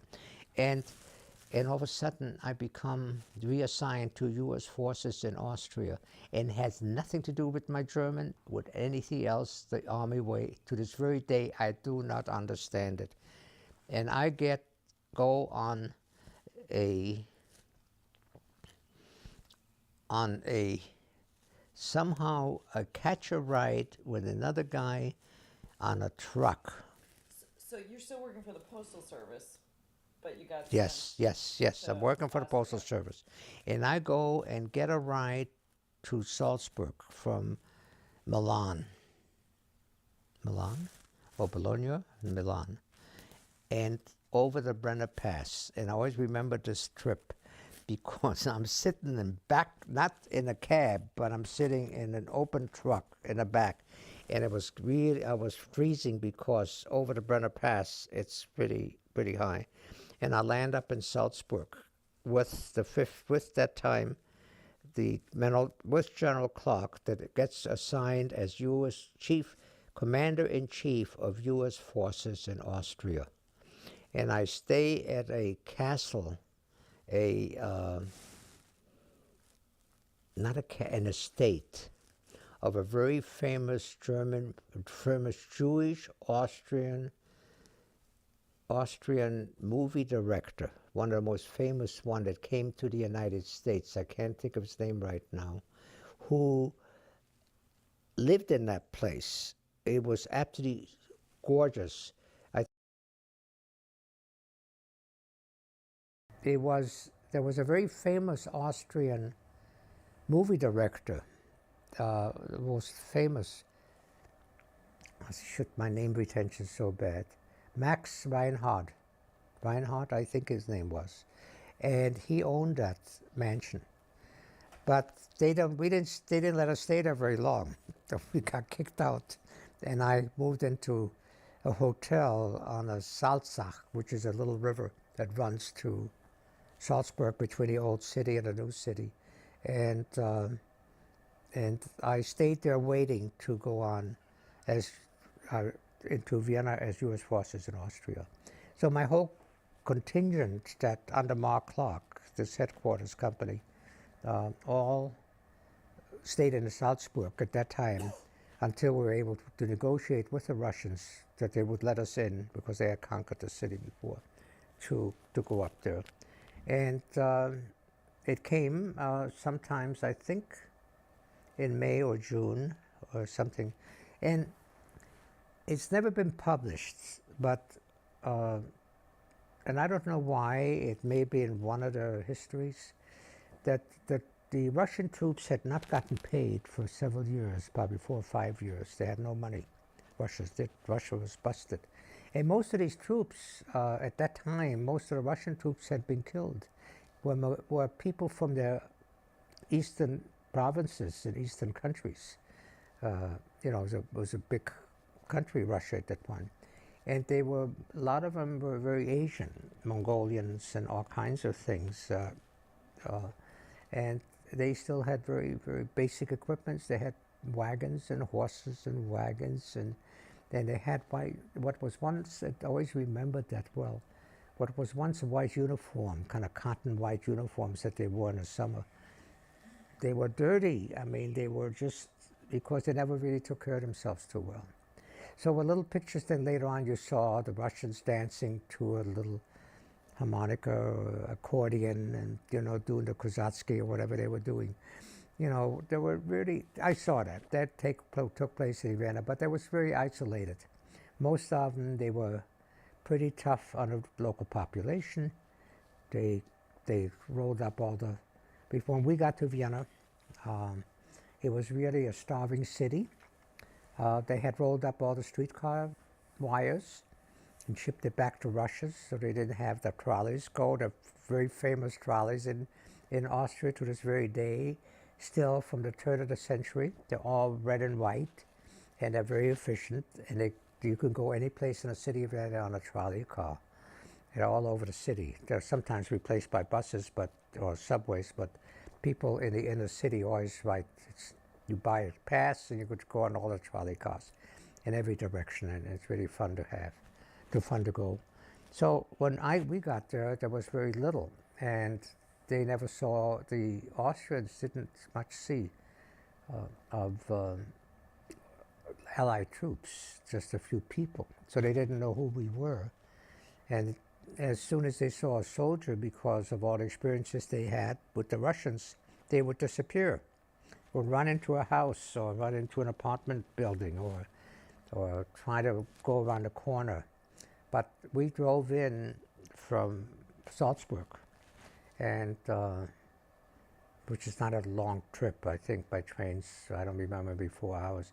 I do remember picking up a Russian officer, and I was very welcoming him, and I gave him, I said, "You want to have a drink?" And I have a bottle of cognac that I brought in from Italy, and I figured he'll take a swig of it. He emptied a whole bottle, and he showed no after effects. It was really kind of startling to me. And we gave him a lift to part in the Russian section of Austria, which they had occupied all the way up to Linz. So, no, not quite to Linz, but a little bit to the western part of Austria. All of eastern Austria, they controlled. So this is 1945. The beginning of 45, yeah, middle of 45. And so we moved, I moved into Austria, but before going to the hotel that I had orders to take over with my other friends, my other group. As a matter of fact, I just saw it the other day when I was in Vienna, about 2 or 3 years ago. I didn't go in there. I ran out of time, but it was a little bit off the beaten path. They had most of the best hotels. They took the best part, the Russians did. The English took part of it, French took another part, and we got another part. We did have part of the inner city, first district, and I was in the second district. But instead of going right to where I was assigned to go, or which we were supposed to take over, I went to my old neighborhood, and which is not too far from the inner city. And we drove up on the street on which we lived, my parents and I.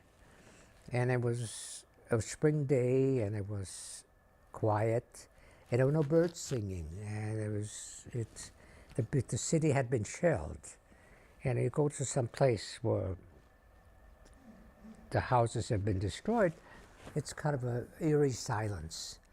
And so we drove up, another fellow and I, in an open Jeep. And before going where we were going, and I was kind of anxious to see what happened to where I lived for 15 years. And nobody on the street, and 2 or 3 buildings had crumbled from some shelling. But the building that we lived, the building next to it, the building after that, and building across the street were unharmed. But I didn't think anybody lived in there. So I showed my buddy the windows, which were our apartment. And a woman came out, and she carried a pail, an empty pail, to get water at a fire hydrant. And there's no water inside the buildings. And she was a little hesitant because she's an elderly woman. Looked, 2 soldiers sitting there. She didn't know that we were Americans or Russians or British or Germans or what. And she kind of looked at us out of sight of her face, you know, and I thought she was pretty gutsy to do that, because I knew what the attitudes were of the local people. We've been got, even though I was one of the 200 first GIs to be in there, but we had gotten a briefing beforehand. So, and she looked and looked, and she dropped the pail before she got to to the hydrant and all these cobblestones, so it makes a lot of noise, and she screamed my name. I had my hat off, and I have curly hair, and easily recognizable. And all of a sudden, people started screaming. I mean, she was shrieking and come running over to me and start hugging me. And all these people appeared in the windows, seeing what was going on. And all of a sudden, they all start coming downstairs and mobbed us around the Jeep. There must have been 100, 150 people. And screaming my name and were how my parents and to the Stolzenbergs, who were live in the same building that we lived and left about 6 months before us, and how are they, and my God, you're still alive, and so sorry what happened. And it was an outpouring of sympathy and emotions.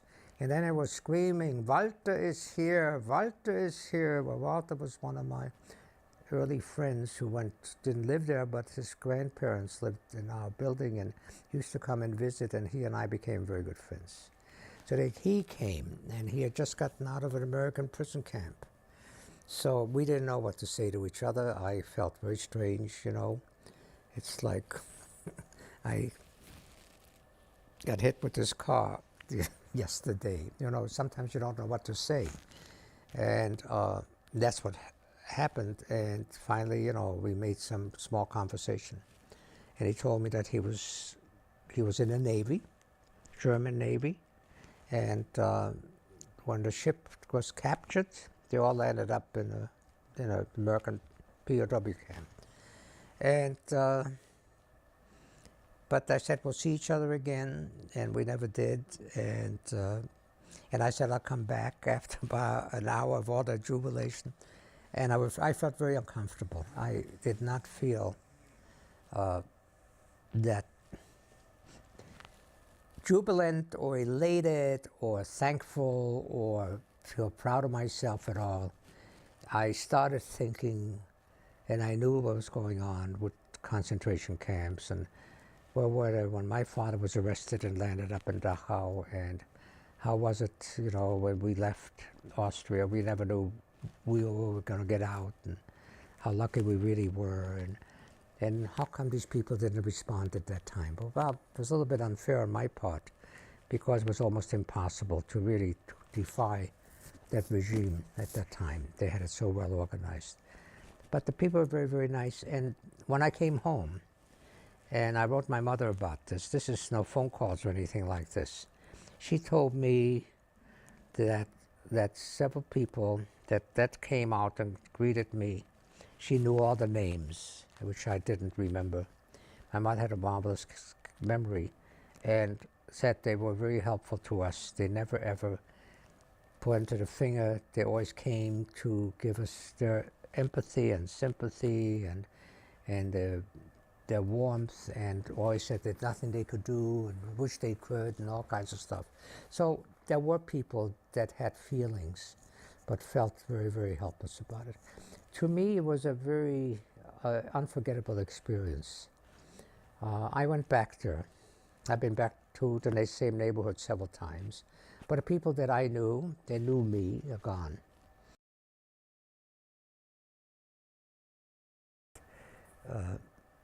I found, my mother said, you have to find my sister, your aunt. She's in Belgium. And the last address I had, she sent me. And I landed up in Reims, France, from Vienna to Reims. And the army had a whole bunch of camps that they had established just when the war ended to speed up the process of shipping all these GIs home from Europe. There were a couple million GIs about that time. I don't know how many. And they all were leaving their units, their combat units and other units, and because some were being shipped to Japan at that particular time, right from Europe. My outfit that I was with for 2 years went to Japan, and I was pulled out to become U.S. forces in Austria, which was sheer coincidence. And so I landed up in in that time, I think the war had ended in Japan. And I landed up at this camp in Reims, and it was called Camp Pall Mall. They had a Camp Chesterfield, a Camp Lucky Strike, and a Camp Pall Mall, and whatever cigarette camp. They called them cigarette camps. They ran out of names, so that's how well, I think maybe some of the cigarette companies paid the U.S. Army to name those camps. Somebody probably had that kind of idea. You have to remember, every sea ration that I got when I landed in North Africa had cigarettes in it. I got free cigarettes, a little package of 5 cigarettes sometimes, and some of them had it in a can of sea ration. So everybody was pushed into smoking, and you see what happens. Okay, so I get this letter with an address. So I decided to take off for Brussels to find my aunt, and I found my aunt in Brussels, my wife, my mother's sister. She was a housekeeper for a Supreme Court justice of Belgium, even during the Nazis. And he passed her off as non-Jewish. I think she may have been his mistress. I always had a suspect. She was a single person. She was young, and I don't know what I would call her very beautiful, but she was somewhat attractive. And I walked, because when I got there and found the address, she lived right across the street or next few blocks away from the Supreme Court of Belgium. And all these homes there were mansions, and this was a mansion. And I stood outside for quite a while to believe that she would live in there. Her benefactor had died a couple of years before and left her this house.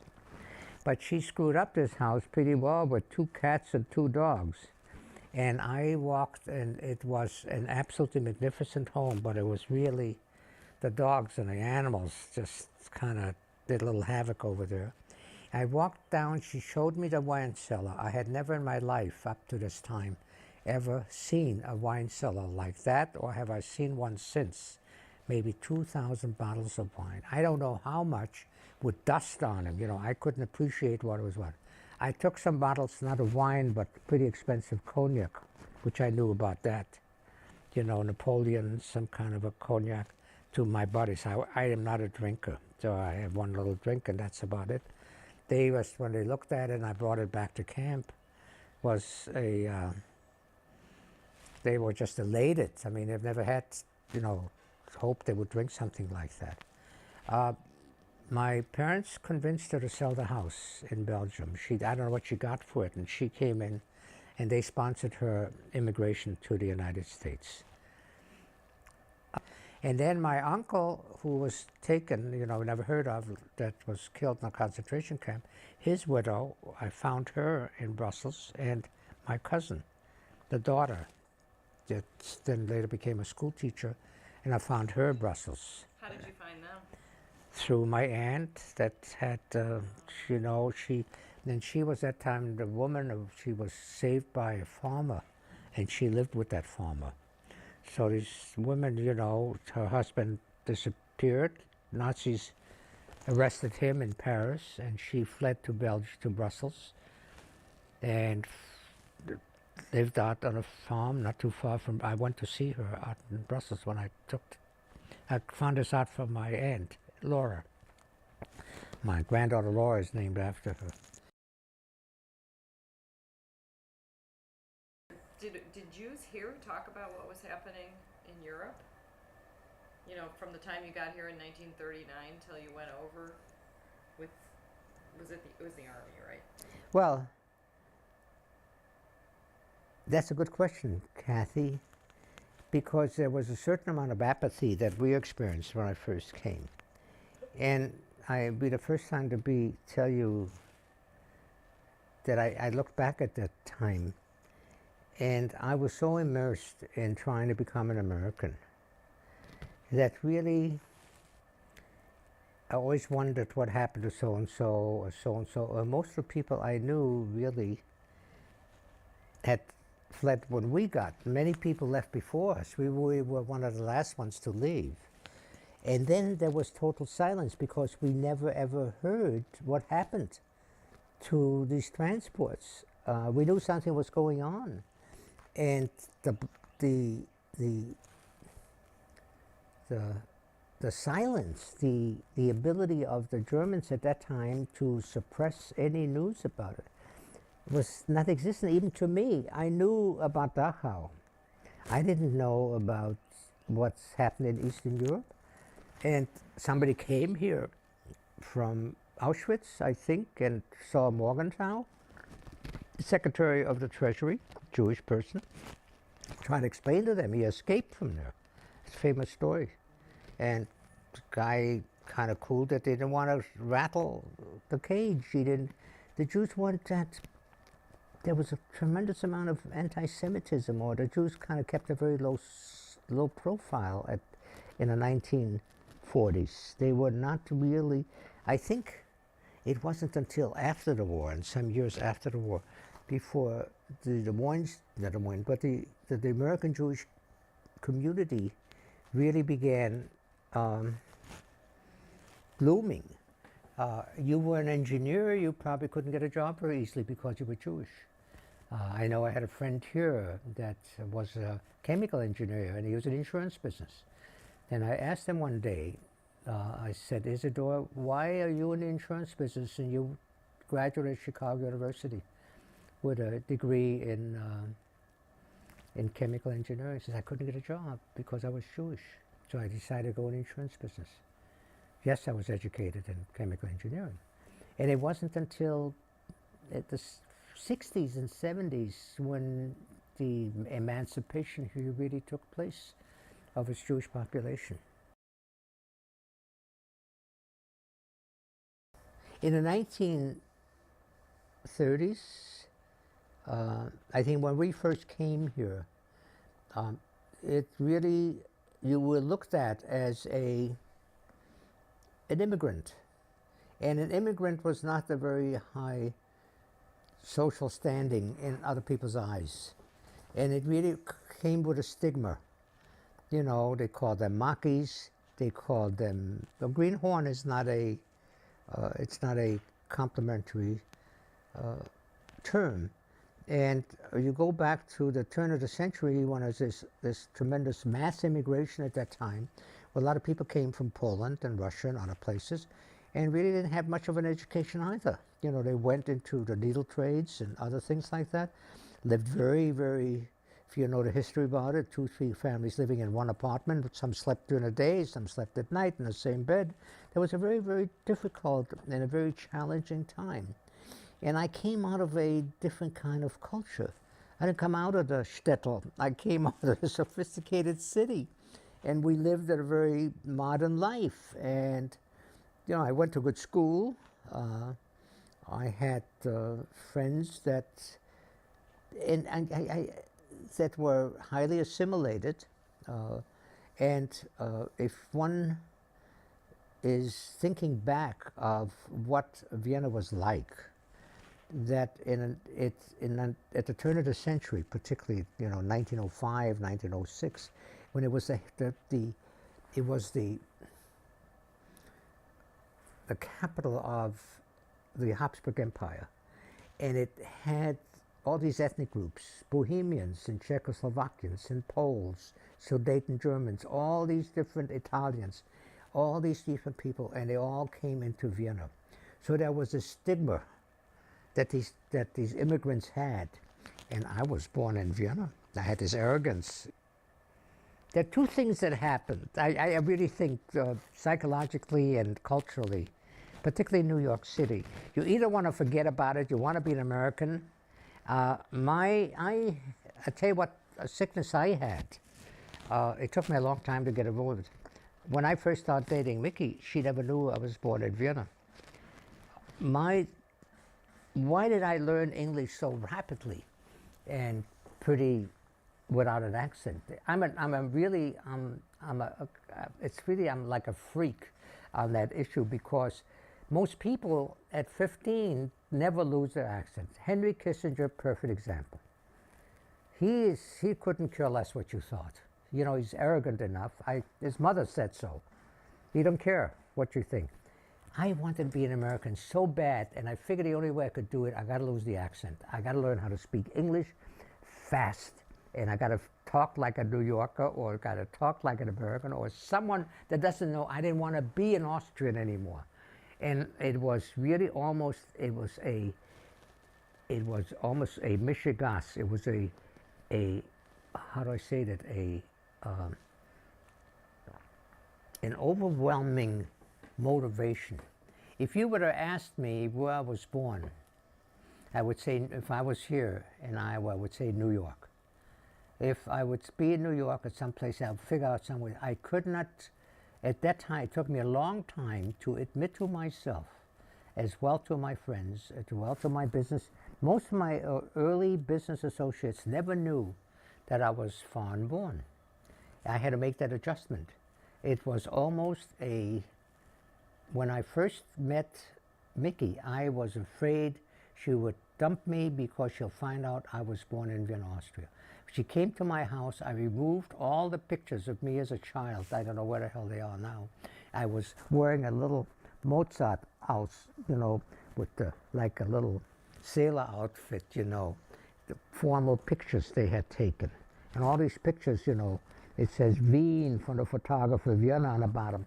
And I would remove all these things. I was really nuts. I had a phobia about this, that I want to be an American.